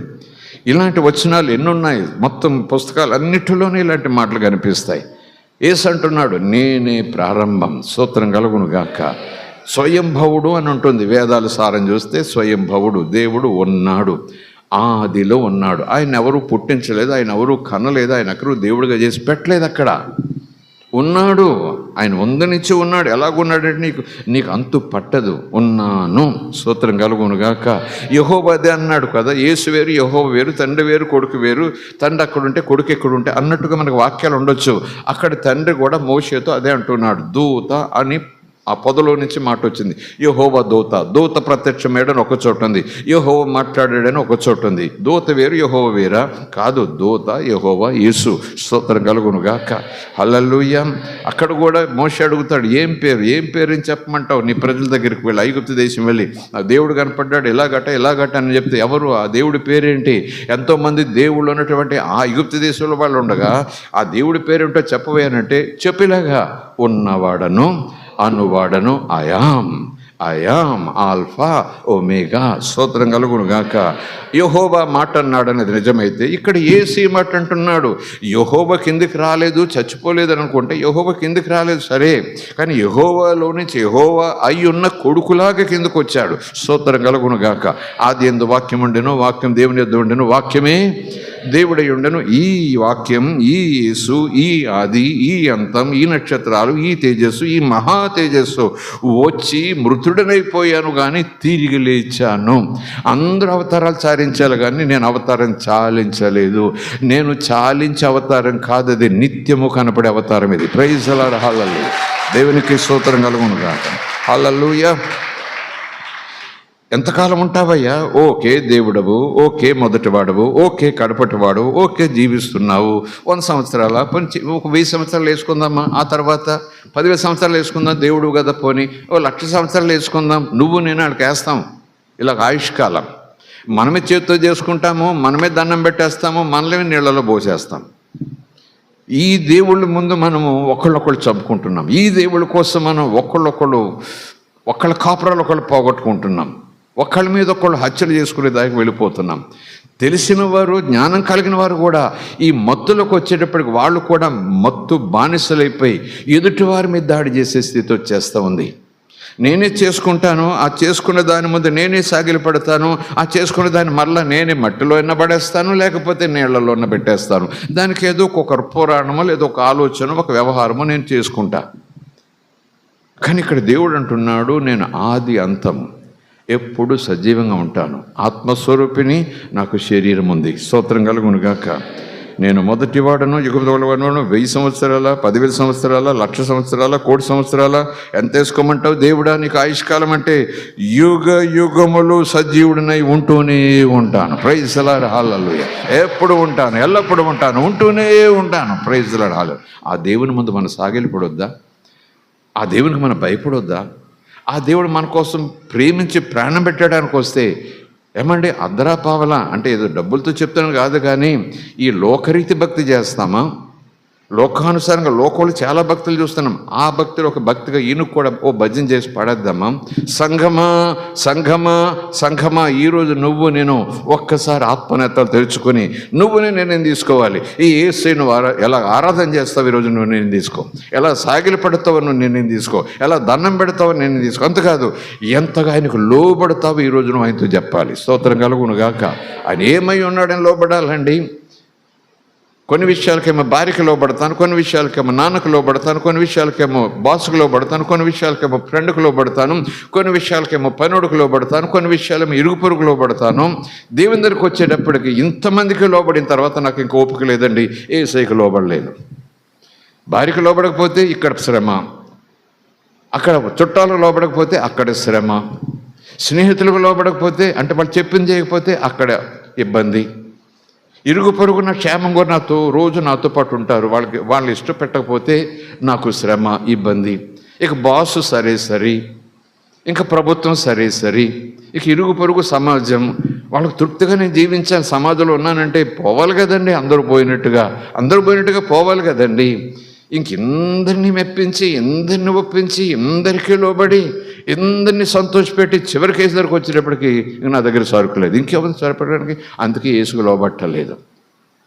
ఈరోజు మనం చెప్పాలి, వీళ్ళందరికన్నా యేసు నీకు నాకు ప్రథమ స్థానం అవ్వాలి. ఆయనకే లోబడాలి, ఆయన మాటకే లోబడాలి. ఆయన ఎవరన్నా మీరు అడిగితే ఈ 1వ అధ్యాయం చదువుకుందాం, మరల చదువుకుందాం. దండం పెట్టాలో వద్దు నువ్వు చేసుకో, మాట వినాలో వద్దు నువ్వు తేల్చుకో, సాగిలి పడాలో వద్దు ఆయన తెలుసుకో, ఆయన దగ్గర ఉండాలో వద్దు నువ్వు తెలుసుకో. ఆయన మాట వింటే ఏమవుతుందో, వినకపోతే ఏమవుతుందో అని చెప్తున్నాడు. నిర్ణయం నువ్వు తీసుకో. Praise the Lord. హల్లెలూయా. దేవునికి స్తోత్రం. హల్లెలూయా. యుగ యుగములు సజీవుడనై ఉన్నాను, మరియు మరణము యొక్కయు పాతాళ లోకము యొక్కయు తాళప చెవులు నా స్వాధీనంలో ఉన్నాయి. కాగా నీవు చూచిన వాటిని, ఉన్న వాటిని, వీటి వెంట కలగబో వాటిని భవిష్యత్తు అనగా నా కుడి చేతిలో నీవు చూచిన 7 నక్షత్రములు గూర్చిన మర్మం, ఆ 7 సువర్ణ దీపస్తంభముల సంగతి వ్రాస్తున్నావా లేదా? వ్రాయి. Praise the Lord. హల్లెలూయా. తర్వాత రాస్తావా? మర్చిపోకుండా రాయి. మర్చిపోతాను అనుకుంటే ఇప్పుడు రాయి. నేను ఇక్కడే ఉంటాను, మొదలుపెట్టు. స్తోత్రం కలుగును గాక. వ్రాయి. ఎందుకు వ్రాయి? నువ్వు మరలా మర్చిపోతావు, చదువుకోవాలి. వ్రాయి. ఈ దర్శనం నీ కోసమే, ఎవరికి అనవసరం. రాయాల్సిన పని లేదు. ఈ ప్రత్యక్ష నీళ్ళు మనసులో పెట్టుకో. లేదు, ఇది సంఘానికి మాట. నువ్వు రాయాలి. సంఘమును ప్రభు మధ్యాకాశంలో తీసుకెళ్లే వరకు కూడా సంఘం చేతిలో ఈ వ్రాయబడిన మాటలు ఉండాలి. నిప్పులాగా అక్షరాల్లో నుంచి మంటలు బయటకు రావాలి. ప్రైజ్ హల్లెలూయా. నా వాక్కు అగ్ని వంటిది కాదా? నా మాట అగ్ని వంటిది కాదా? నా అక్షరం అగ్ని వంటిది కాదా? నేను అగ్ని వంటి వాడిని కాదా అంటున్నాడు ఆయన. యవనస్తులు, పెద్దలు, వృద్ధులు, ఎప్పుడు రక్షణ పొందాము, ఇప్పుడు రక్షణ పొందాము, అందులో ఉంది అని ఏదో చూయింగము బొగ్గనవలేసి తూసేసినట్టుగా మనం భక్తి చేస్తే కుదరదు అబ్బాయి. నీ మట్టుకు నీవు, నా మట్టుకు నేను, నా స్థాయిలో నీ స్థాయిలో దేవునికి భయపడాలి. దేవుని ముందు తల వంచాలి. దేవుని మాట వినాల్సిందే, లేకపోతే మన భవిష్యత్తు లేదు ఈ భూమి మీద. స్తోత్రం కలుగును గాక. హల్లెలూయా. నీవు చూచిన వాటిని, ఉన్న వాటిని, వీటి వెంట కలబో వాటిని అనగా, నా కుడి చేతిలో నువ్వు చూచిన 7 నక్షత్రములను వచ్చిన మర్మమును, ఆ 7 సువర్ణ దీపస్తంభముల సంగతియు వ్రాయి. అందరికీ తెలియాలి. ఆ 7 నక్షత్రములు 7 సంఘములకు దూతలు. ఆ 7 దీపస్తంభములు 7 సంఘములు. అర్థమైందా? రాసావా? ఇప్పుడు మరలా ఇది కూడా రాయి. మొదలుపెట్టు. ఆత్మ సంఘముతో చెప్పుచున్న మాట మొదలుపెట్టు. సెకండ్ పేరా. స్తోత్రం కలుగును గాక. Praise the Lord. హల్లెలూయా. 7 నక్షత్రములు తన కూడి చేత పట్టుకుని 7 దీపస్తంభముల మధ్యన సంచరించేవాడు చెప్పు సంగతులేవనగా అని మొదలుపెట్టయ్యా యోహాను అన్నాడు. అలా రాశారు. ఎవడిగినా నువ్వు నేను అంటామేమో. ఒకసారి యేసునా దేవుడు రక్షకుడు అని అన్న తర్వాత, సాక్ష్యాలు చెప్పిన తర్వాత, యేసు ఎదురొచ్చినా ఒకప్పుడు నమ్ముకున్నావు కదా యేసు ప్రభు, నువ్వు మరి ఎలాగేంటేనంటే ఎవరైనా ఎప్పుడు నమ్ముకున్నాను అన్నటి వైఖరి ఉంటుంది చూసారా. వాళ్ళకి తెలియాలి నువ్వు అసలు మారు మనసు పొందలేదు. ఆయన ఎవరో నీకు తెలియలేదు. ఆయన ఎలాంటోడో నీకు తెలియలేదు. ఆయన ఎందుకోసం వచ్చాడో నీకు తెలియలేదు. ఎక్కడికి తీసుకెళ్తాడో తెలియలేదు. నువ్వు ఎందుకు నమ్ముకున్నావో నాకు తెలియదు. ఎందుకైనా దండం పెడుతున్నావో నాకు తెలియదు. అసలు ఎందుకోసం నమ్ముకున్నావో నాకు తెలియదు. జాగ్రత్త, ఇప్పుడైనా మారు మనసు పొందు. ఆయన ఎవరై ఉన్నారో తెలుసుకో. Praise the Lord. హల్లెలూయా. దేవుని నామానికి స్తోత్రం. సంచరించబడి చెప్పు సంగతులేమనగా, నీ క్రియలను, నీ కష్టమును, నీ సహనమును నేను ఎరుగుదును. ఆయనకన్నీ తెలుసు. అక్కడే మళ్ళా ప్రసంగం మొదలు పెట్టట్లేదు, ముగింపులోకి వస్తున్నాను. సంఘంతో మాట్లాడుతున్నాడు. సంఘంలో ఉండే ఒక ధీమా తెలియకుండా అపవాది ఇంజక్షన్ చేసే ఆ గంజాయి లాంటి మొత్తు. ఇంజక్షన్ ఏం కనపడదు, ఆడే మొత్తం ముందు పెట్టడానికి రాడు. కానీ మన వైఖరి, వాడికి చోటిస్తే వాడు పెట్టేదే మొత్తు. వాడికి చోటిస్తే వాడు పెట్టేదే మొత్తు. ఆ మొత్తులో మనం పగటి కళలకు అంటుంటాం. ఆత్మ సంబంధమైన కళలు కాదు. బాగలేకపోయినా నేను బాగున్నాను అనుకుంటాం. దేవుణ్ణి నేను ప్రేమించే వైఖరినాలు లేకపోయినా దేవుణ్ణి ప్రేమిస్తున్న ఒక పాట పాడేసి ప్రేమిస్తున్నానని భ్రమపడిపోతాను నేను. అర్థమవుతుంది కదా. ఒక భ్రమలోకి తీసుకెళ్ళిపోతాడు వాడు, ఒక మత్తులోకి తీసుకెళ్ళిపోతాడు వాడు. పోతున్నా సరే, చచ్చిపోతున్నా సరే, నువ్వు బాగున్నావు, అందరికన్నా బాగున్నావు, నీకే లోటు అంటూ చెప్పుకుంటూ పోతాడు. అందుకే ప్రభు అంటున్నాడు, ఈ మత్తులోంచి మీరు బయటకు రావాలి. మీరు సోదరుల్లో పడకుండా నిమిత్తము మెళుకుగా మీకు కావాలి. స్తోత్రం కలుగును గాక. Praise the Lord. హల్లెలూయా. వాడు ఇంజక్షన్ చేస్తున్నట్టు రాదు, అస్సలు మనకు తెలియదు. కానీ ఎప్పుడైతే తెలిసిందో, ఎప్పుడైతే స్పృహలోకి వచ్చామో, ఎప్పుడైతే మన స్థితి స్థాయి తెలుసుకున్నామో, మీరు నేను చేయాల్సిన పని చెప్పండి. పరుగున ఆశ్రయదుర్గము దగ్గరికి వెళ్ళిపోవాలి. పరుగున యేసయ్య కోట్లకు వెళ్ళిపోవాలి. పరుగున యేసయ్య ఒడిలోకి వెళ్ళిపోవాలి. పరుగున యేసయ్య చేతులకు వెళ్ళిపోవాలి. తండ్రి, నీకు వ్యతిరేకముగా నేను పాపము చేశాను నిజం అంటూ కేక వేయాలి. నీకు కౌగిలి దొరుకుతుంది. నేనేం చేయలేదు అంటే వాక్యంలోనే ఉంటావు నువ్వు. నేనేం తప్పు చేయలేదు అంటే వాక్యంలో ఉంటాం మనం. కౌగిలి నీకు దక్కదు. కౌగిలించుకునే మనసైనా, కౌగిలించిన మనిషి అయినా ఆ చాతుని చేతులు రమ్మని పిలుస్తున్నా నువ్వు ఆ కౌగిల్లోకి రాలేవు. రమ్మంటాడు కానీ రాలేవు. ఎవరు రాగలరు? పశ్చాత్తాపడిన వాడి చేతుల్లోకి రాగలడు. ఆయన తీసుకోలేక కాదు, ఆయన రమ్మంటాడు. రండి అంటాడు. కానీ నాలో ఉన్న అహంకారం, నాలో ఉన్న అవిధేయత, నాలో ఉన్నటువంటి గర్వం నన్ను రానివ్వదు. ఎందుకు ఒప్పుకోవాలని తెలియదా ఏంటి? ఎందుకు ఒప్పుకోవాలి అని తెలియదు అంటే, అన్నకే తెలిసింది నేను ఎలా ఖర్చు పెడుతున్నానో, ఎవరి దగ్గర తిరుగుతున్నానో, ఏం చేస్తున్నాను. నాన్నకు తెలియకుండా ఉంటుందా అని అంటూ చెప్పేసి, నాన్న కాలమే చేసి రాలేదు, పనుడుగా ఉంటాను, ఉద్యోగం ఇస్తే లేకపోతే చచ్చిపోతానంటూ రాలేదు. నాన్న, నీకు వ్యతిరేకంగా నేను తప్పు చేశాను, అసలు నీ కొడుకుగా ఉండే యోగ్యత ఎప్పుడే పోయింది నాకు. కానీ కొడుకు రూపంలో రావట్లేదు, పనోడుగా కూలుడుగా నీ కాళ్ళ దగ్గర పడి ఉండి రోజు నీ ముఖం చూడాలనుకుంటున్నాను. రోజు నువ్వు గింజ నీళ్ళు పోసినా సరే నాకు అదే మహాప్రసాదం నాన్న అన్నట్టుగా ఉంటే ఆశించనిది వచ్చింది, ఊహించినది జరిగింది, కౌగిలి దొరికింది. ప్రైజ్ ది లార్డ్, హల్లెలూయా. పోరా అన్నమాట కాదు, పనుడుగా ఉండు అన్నమాట కాదు, కొడుక అన్నమాట ఎదురొచ్చింది, కొడుక అన్నమాట ఎదురొచ్చింది. ఈ రోజైనా ఏ రోజైనా అదే ఇక్కడ సంఘాన్ని చెప్తున్నాడు కదా, ఈ రోజైనా నువ్వు మారు మనసు పొందితే అంటే అందులో ఒక భాగం పశ్చాత్తాపడితే, అందులో ఒక భాగం నీతోనే నీ కోసమే బ్రతుకుతానయ్యా, నా సాక్ష్యాన్ని సరి చేసుకుంటానయ్యా ఈ రోజు నుంచి అన్నట్టుగా అడుగులు ముందుకు వేస్తే నీకు నాకు ఎప్పుడు ఆ కౌగులు ఉంటూనే ఉంటుంది. స్తోత్రం కలుగును గాక. ప్రైజ్ ది లార్డ్, హల్లెలూయా. నీ క్రియలు, నీ కష్టము, నీ సహనము నేను ఎరుగుదును. అలాగే నువ్వు దుష్టులను సహించలేనివి, అపోస్తలులు కాకే తమ అపోస్తలులని చెప్పుకున్న వారిని పరీక్షించి, ఈ అనుభవం కూడా సంఘానికి ఉండాలట. దేవుడికి అన్నీ తెలుసు అనే స్పృహ సంఘానికి ఉండాలి, మనకు ఉండాలి. మరలా సంఘానికి ఉండాల్సిన మరొక లక్షణం ఏంటి? చాలామంది యేసులమంటూ వచ్చేస్తారు, చాలామంది సేవకులమంటూ వచ్చేస్తారు, చాలామంది బోధకులమని వచ్చేస్తారు, చాలామంది ప్రవక్తలమంటూ వచ్చేస్తారు. యేసుప్రభు చెప్పకనే చెప్పాడు, నేను మధ్యాకాశాలకు వచ్చే మంది వీళ్ళ సంఖ్య పెరిగిపోతుంది. అబద్ధపు బోధలు, అబద్ధ ప్రవక్తలు, యేసులు మేమే అంటూ పెట్టేస్తారు ఆశ్రమాలు, అందరూ అటే పోతారు. నేనంటున్నాను, కొరింథీ సంఘానికి అపొస్తలుడైన పౌలు రాసిన మాటల్లో చాలామంది, అయితే వారిలో ఎక్కువ మంది ఆ రోజు చెడ్డదానిని ఆశించారు, చెడ్డ మాటలను ఆశించారు, దురద చెవులు కలిగి ఇలాగున్నా పర్వాలేదు, అలాగున్నా పర్లేదు, నువ్వు యేసు బిడ్డవు కాబట్టి ఎప్పుడు చచ్చిపోయినా, పందిలో చచ్చిపోయినా, ఇంకోలో చచ్చిపోయినా, ఎక్కడ చచ్చిపోయినా నువ్వు దేవుని దగ్గరికి వెళ్తావు అన్న కాదు. తండ్రి పరిశుద్ధుడిగా నువ్వు పరిశుద్ధంగా జీవించాలి. నువ్వు చీకటితో నీకేం సంబంధమో, దేవుడు నిన్ను వేరుపరిచాడు కదా, వేరుపరిచిన వాడుగా నువ్వు ఉండాలి కదా, ద్రాక్షవల్లి అంటుకట్టపడ్డావు కదా, ఫలాలు రావాలి కదా, నీలో సువాసన రావాలి కదా అనే బోధలు లేకపోతే సంఘం దగ్గరికి వచ్చి చప్పట్లు కొట్టి ఏం ప్రయోజనమో, భోజనాలు చేసి ఏం ప్రయోజనమో, అక్క చెల్లి బాగున్నామని అనుకోవడం ఏం ప్రయోజనం? ప్రయోజనమేమి లేదు. మనం ఫలించుట కొరకు ద్రాక్షవల్లిలో ఉండాలి. ద్రాక్షవల్లి ఎప్పటికప్పుడు తన పరిశుద్ధత, తన సత్యం, తన అభిషేకం, తన వాక్యం మనలోనికి పంపు చేస్తూనే ఉండాలి. అది ప్రైజ్ ది లార్డ్, హల్లెలూయా. ఆయనకు వ్యతిరేకంగా మనం ఏం చేయలేం. ఆయనలో ఉంటేనే ఆయనలోంచి ఆ పత్రహరితం మనలోకి వస్తుంది. ద్రాక్షవల్లిలోంచి ఆ పత్రహరితం నాలోకి వస్తే నేను కొమ్మను, ఇంత కొమ్మను, నాకు ఇన్ని పళ్ళు ఉన్నాయి, రేపు మాపు ఇంకా పళ్ళు వస్తాయి. అమ్మ అయ్యా బాబు, నేనెంత కొమ్మ, నా కొమ్మ ఇన్ని రెమ్మలు, ఒక్కొక్క రెమ్మకు 100 పళ్ళు. చూసారా? నోనో, నువ్వు యేసులో ఉన్నావు కాబట్టి నువ్వు ఫలిస్తున్నావు. యేసుకు వేరుగా ఉంటే ఈ కొమ్మలు, రెమ్మలు, పళ్ళని ఎండి రాలిపోతాయి. ఆ తర్వాత పనివారు వచ్చి నిన్ను విరిచేస్తారు, పక్కన పెడతారు, ఎక్కడో పడేస్తారట. స్తోత్రం కలుగునుగాక. ప్రైజ్ ది లార్డ్, హల్లెలూయా.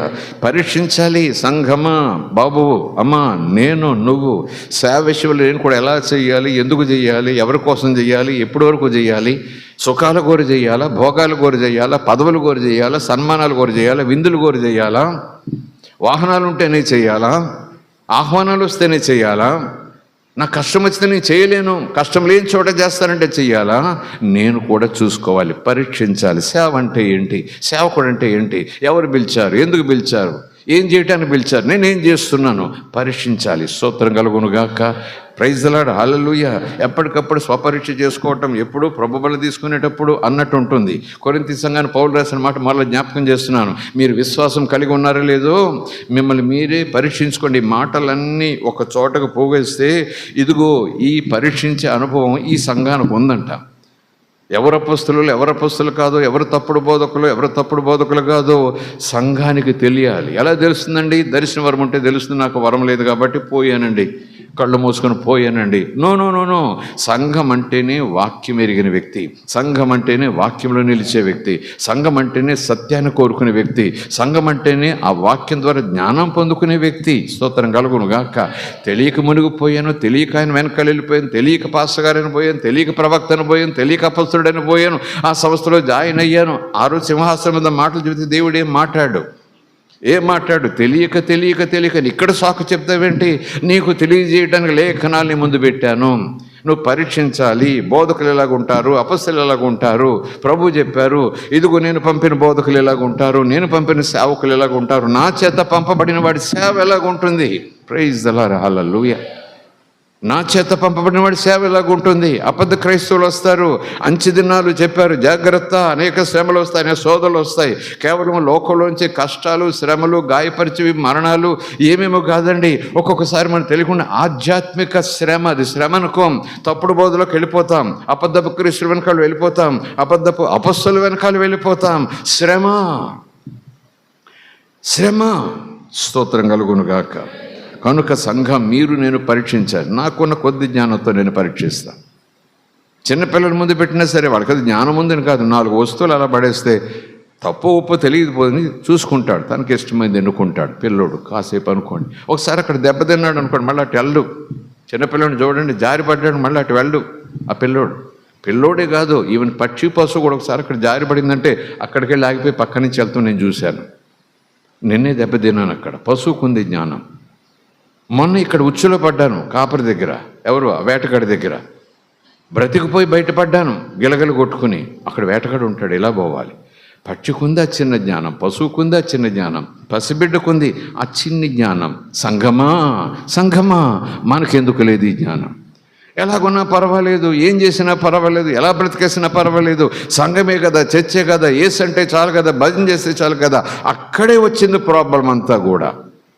యేసు అంటాడు కదా, నీ నామంలో దెయ్యాలు వెళ్ళగొట్టలేదా, నీ నామంలో స్వస్థత చేయలేదా, నీ నామంలో ప్రవచనాలు చెప్పలేదంటే ఎవరు మీరు అన్నాడు. అంతే. Who are you? వేరే పేరు కదట, ఆయన పేరు అన్నట. Who are you? అది నిజంగా గుండె ఆగిపోయేంటి మాట, హార్ట్ అటాక్ వచ్చేయాలి వాళ్ళకి. Who are you? I don't know you.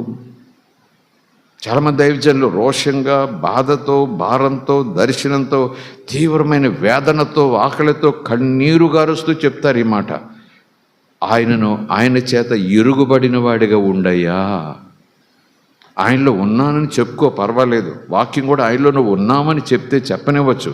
కానీ నీకు ధీమా ఉండాలి, నేను ఆయనలో ఉన్నాను, ఆయనతో ఉన్నాను, ఆయన కోసం ఉన్నాను, ఆయన వచ్చే వరకు ఆయన కోసమే ఉంటాను, ఆయన ఉండమన్నట్టు ఉంటాను. స్తోత్రం కలుగును గాక.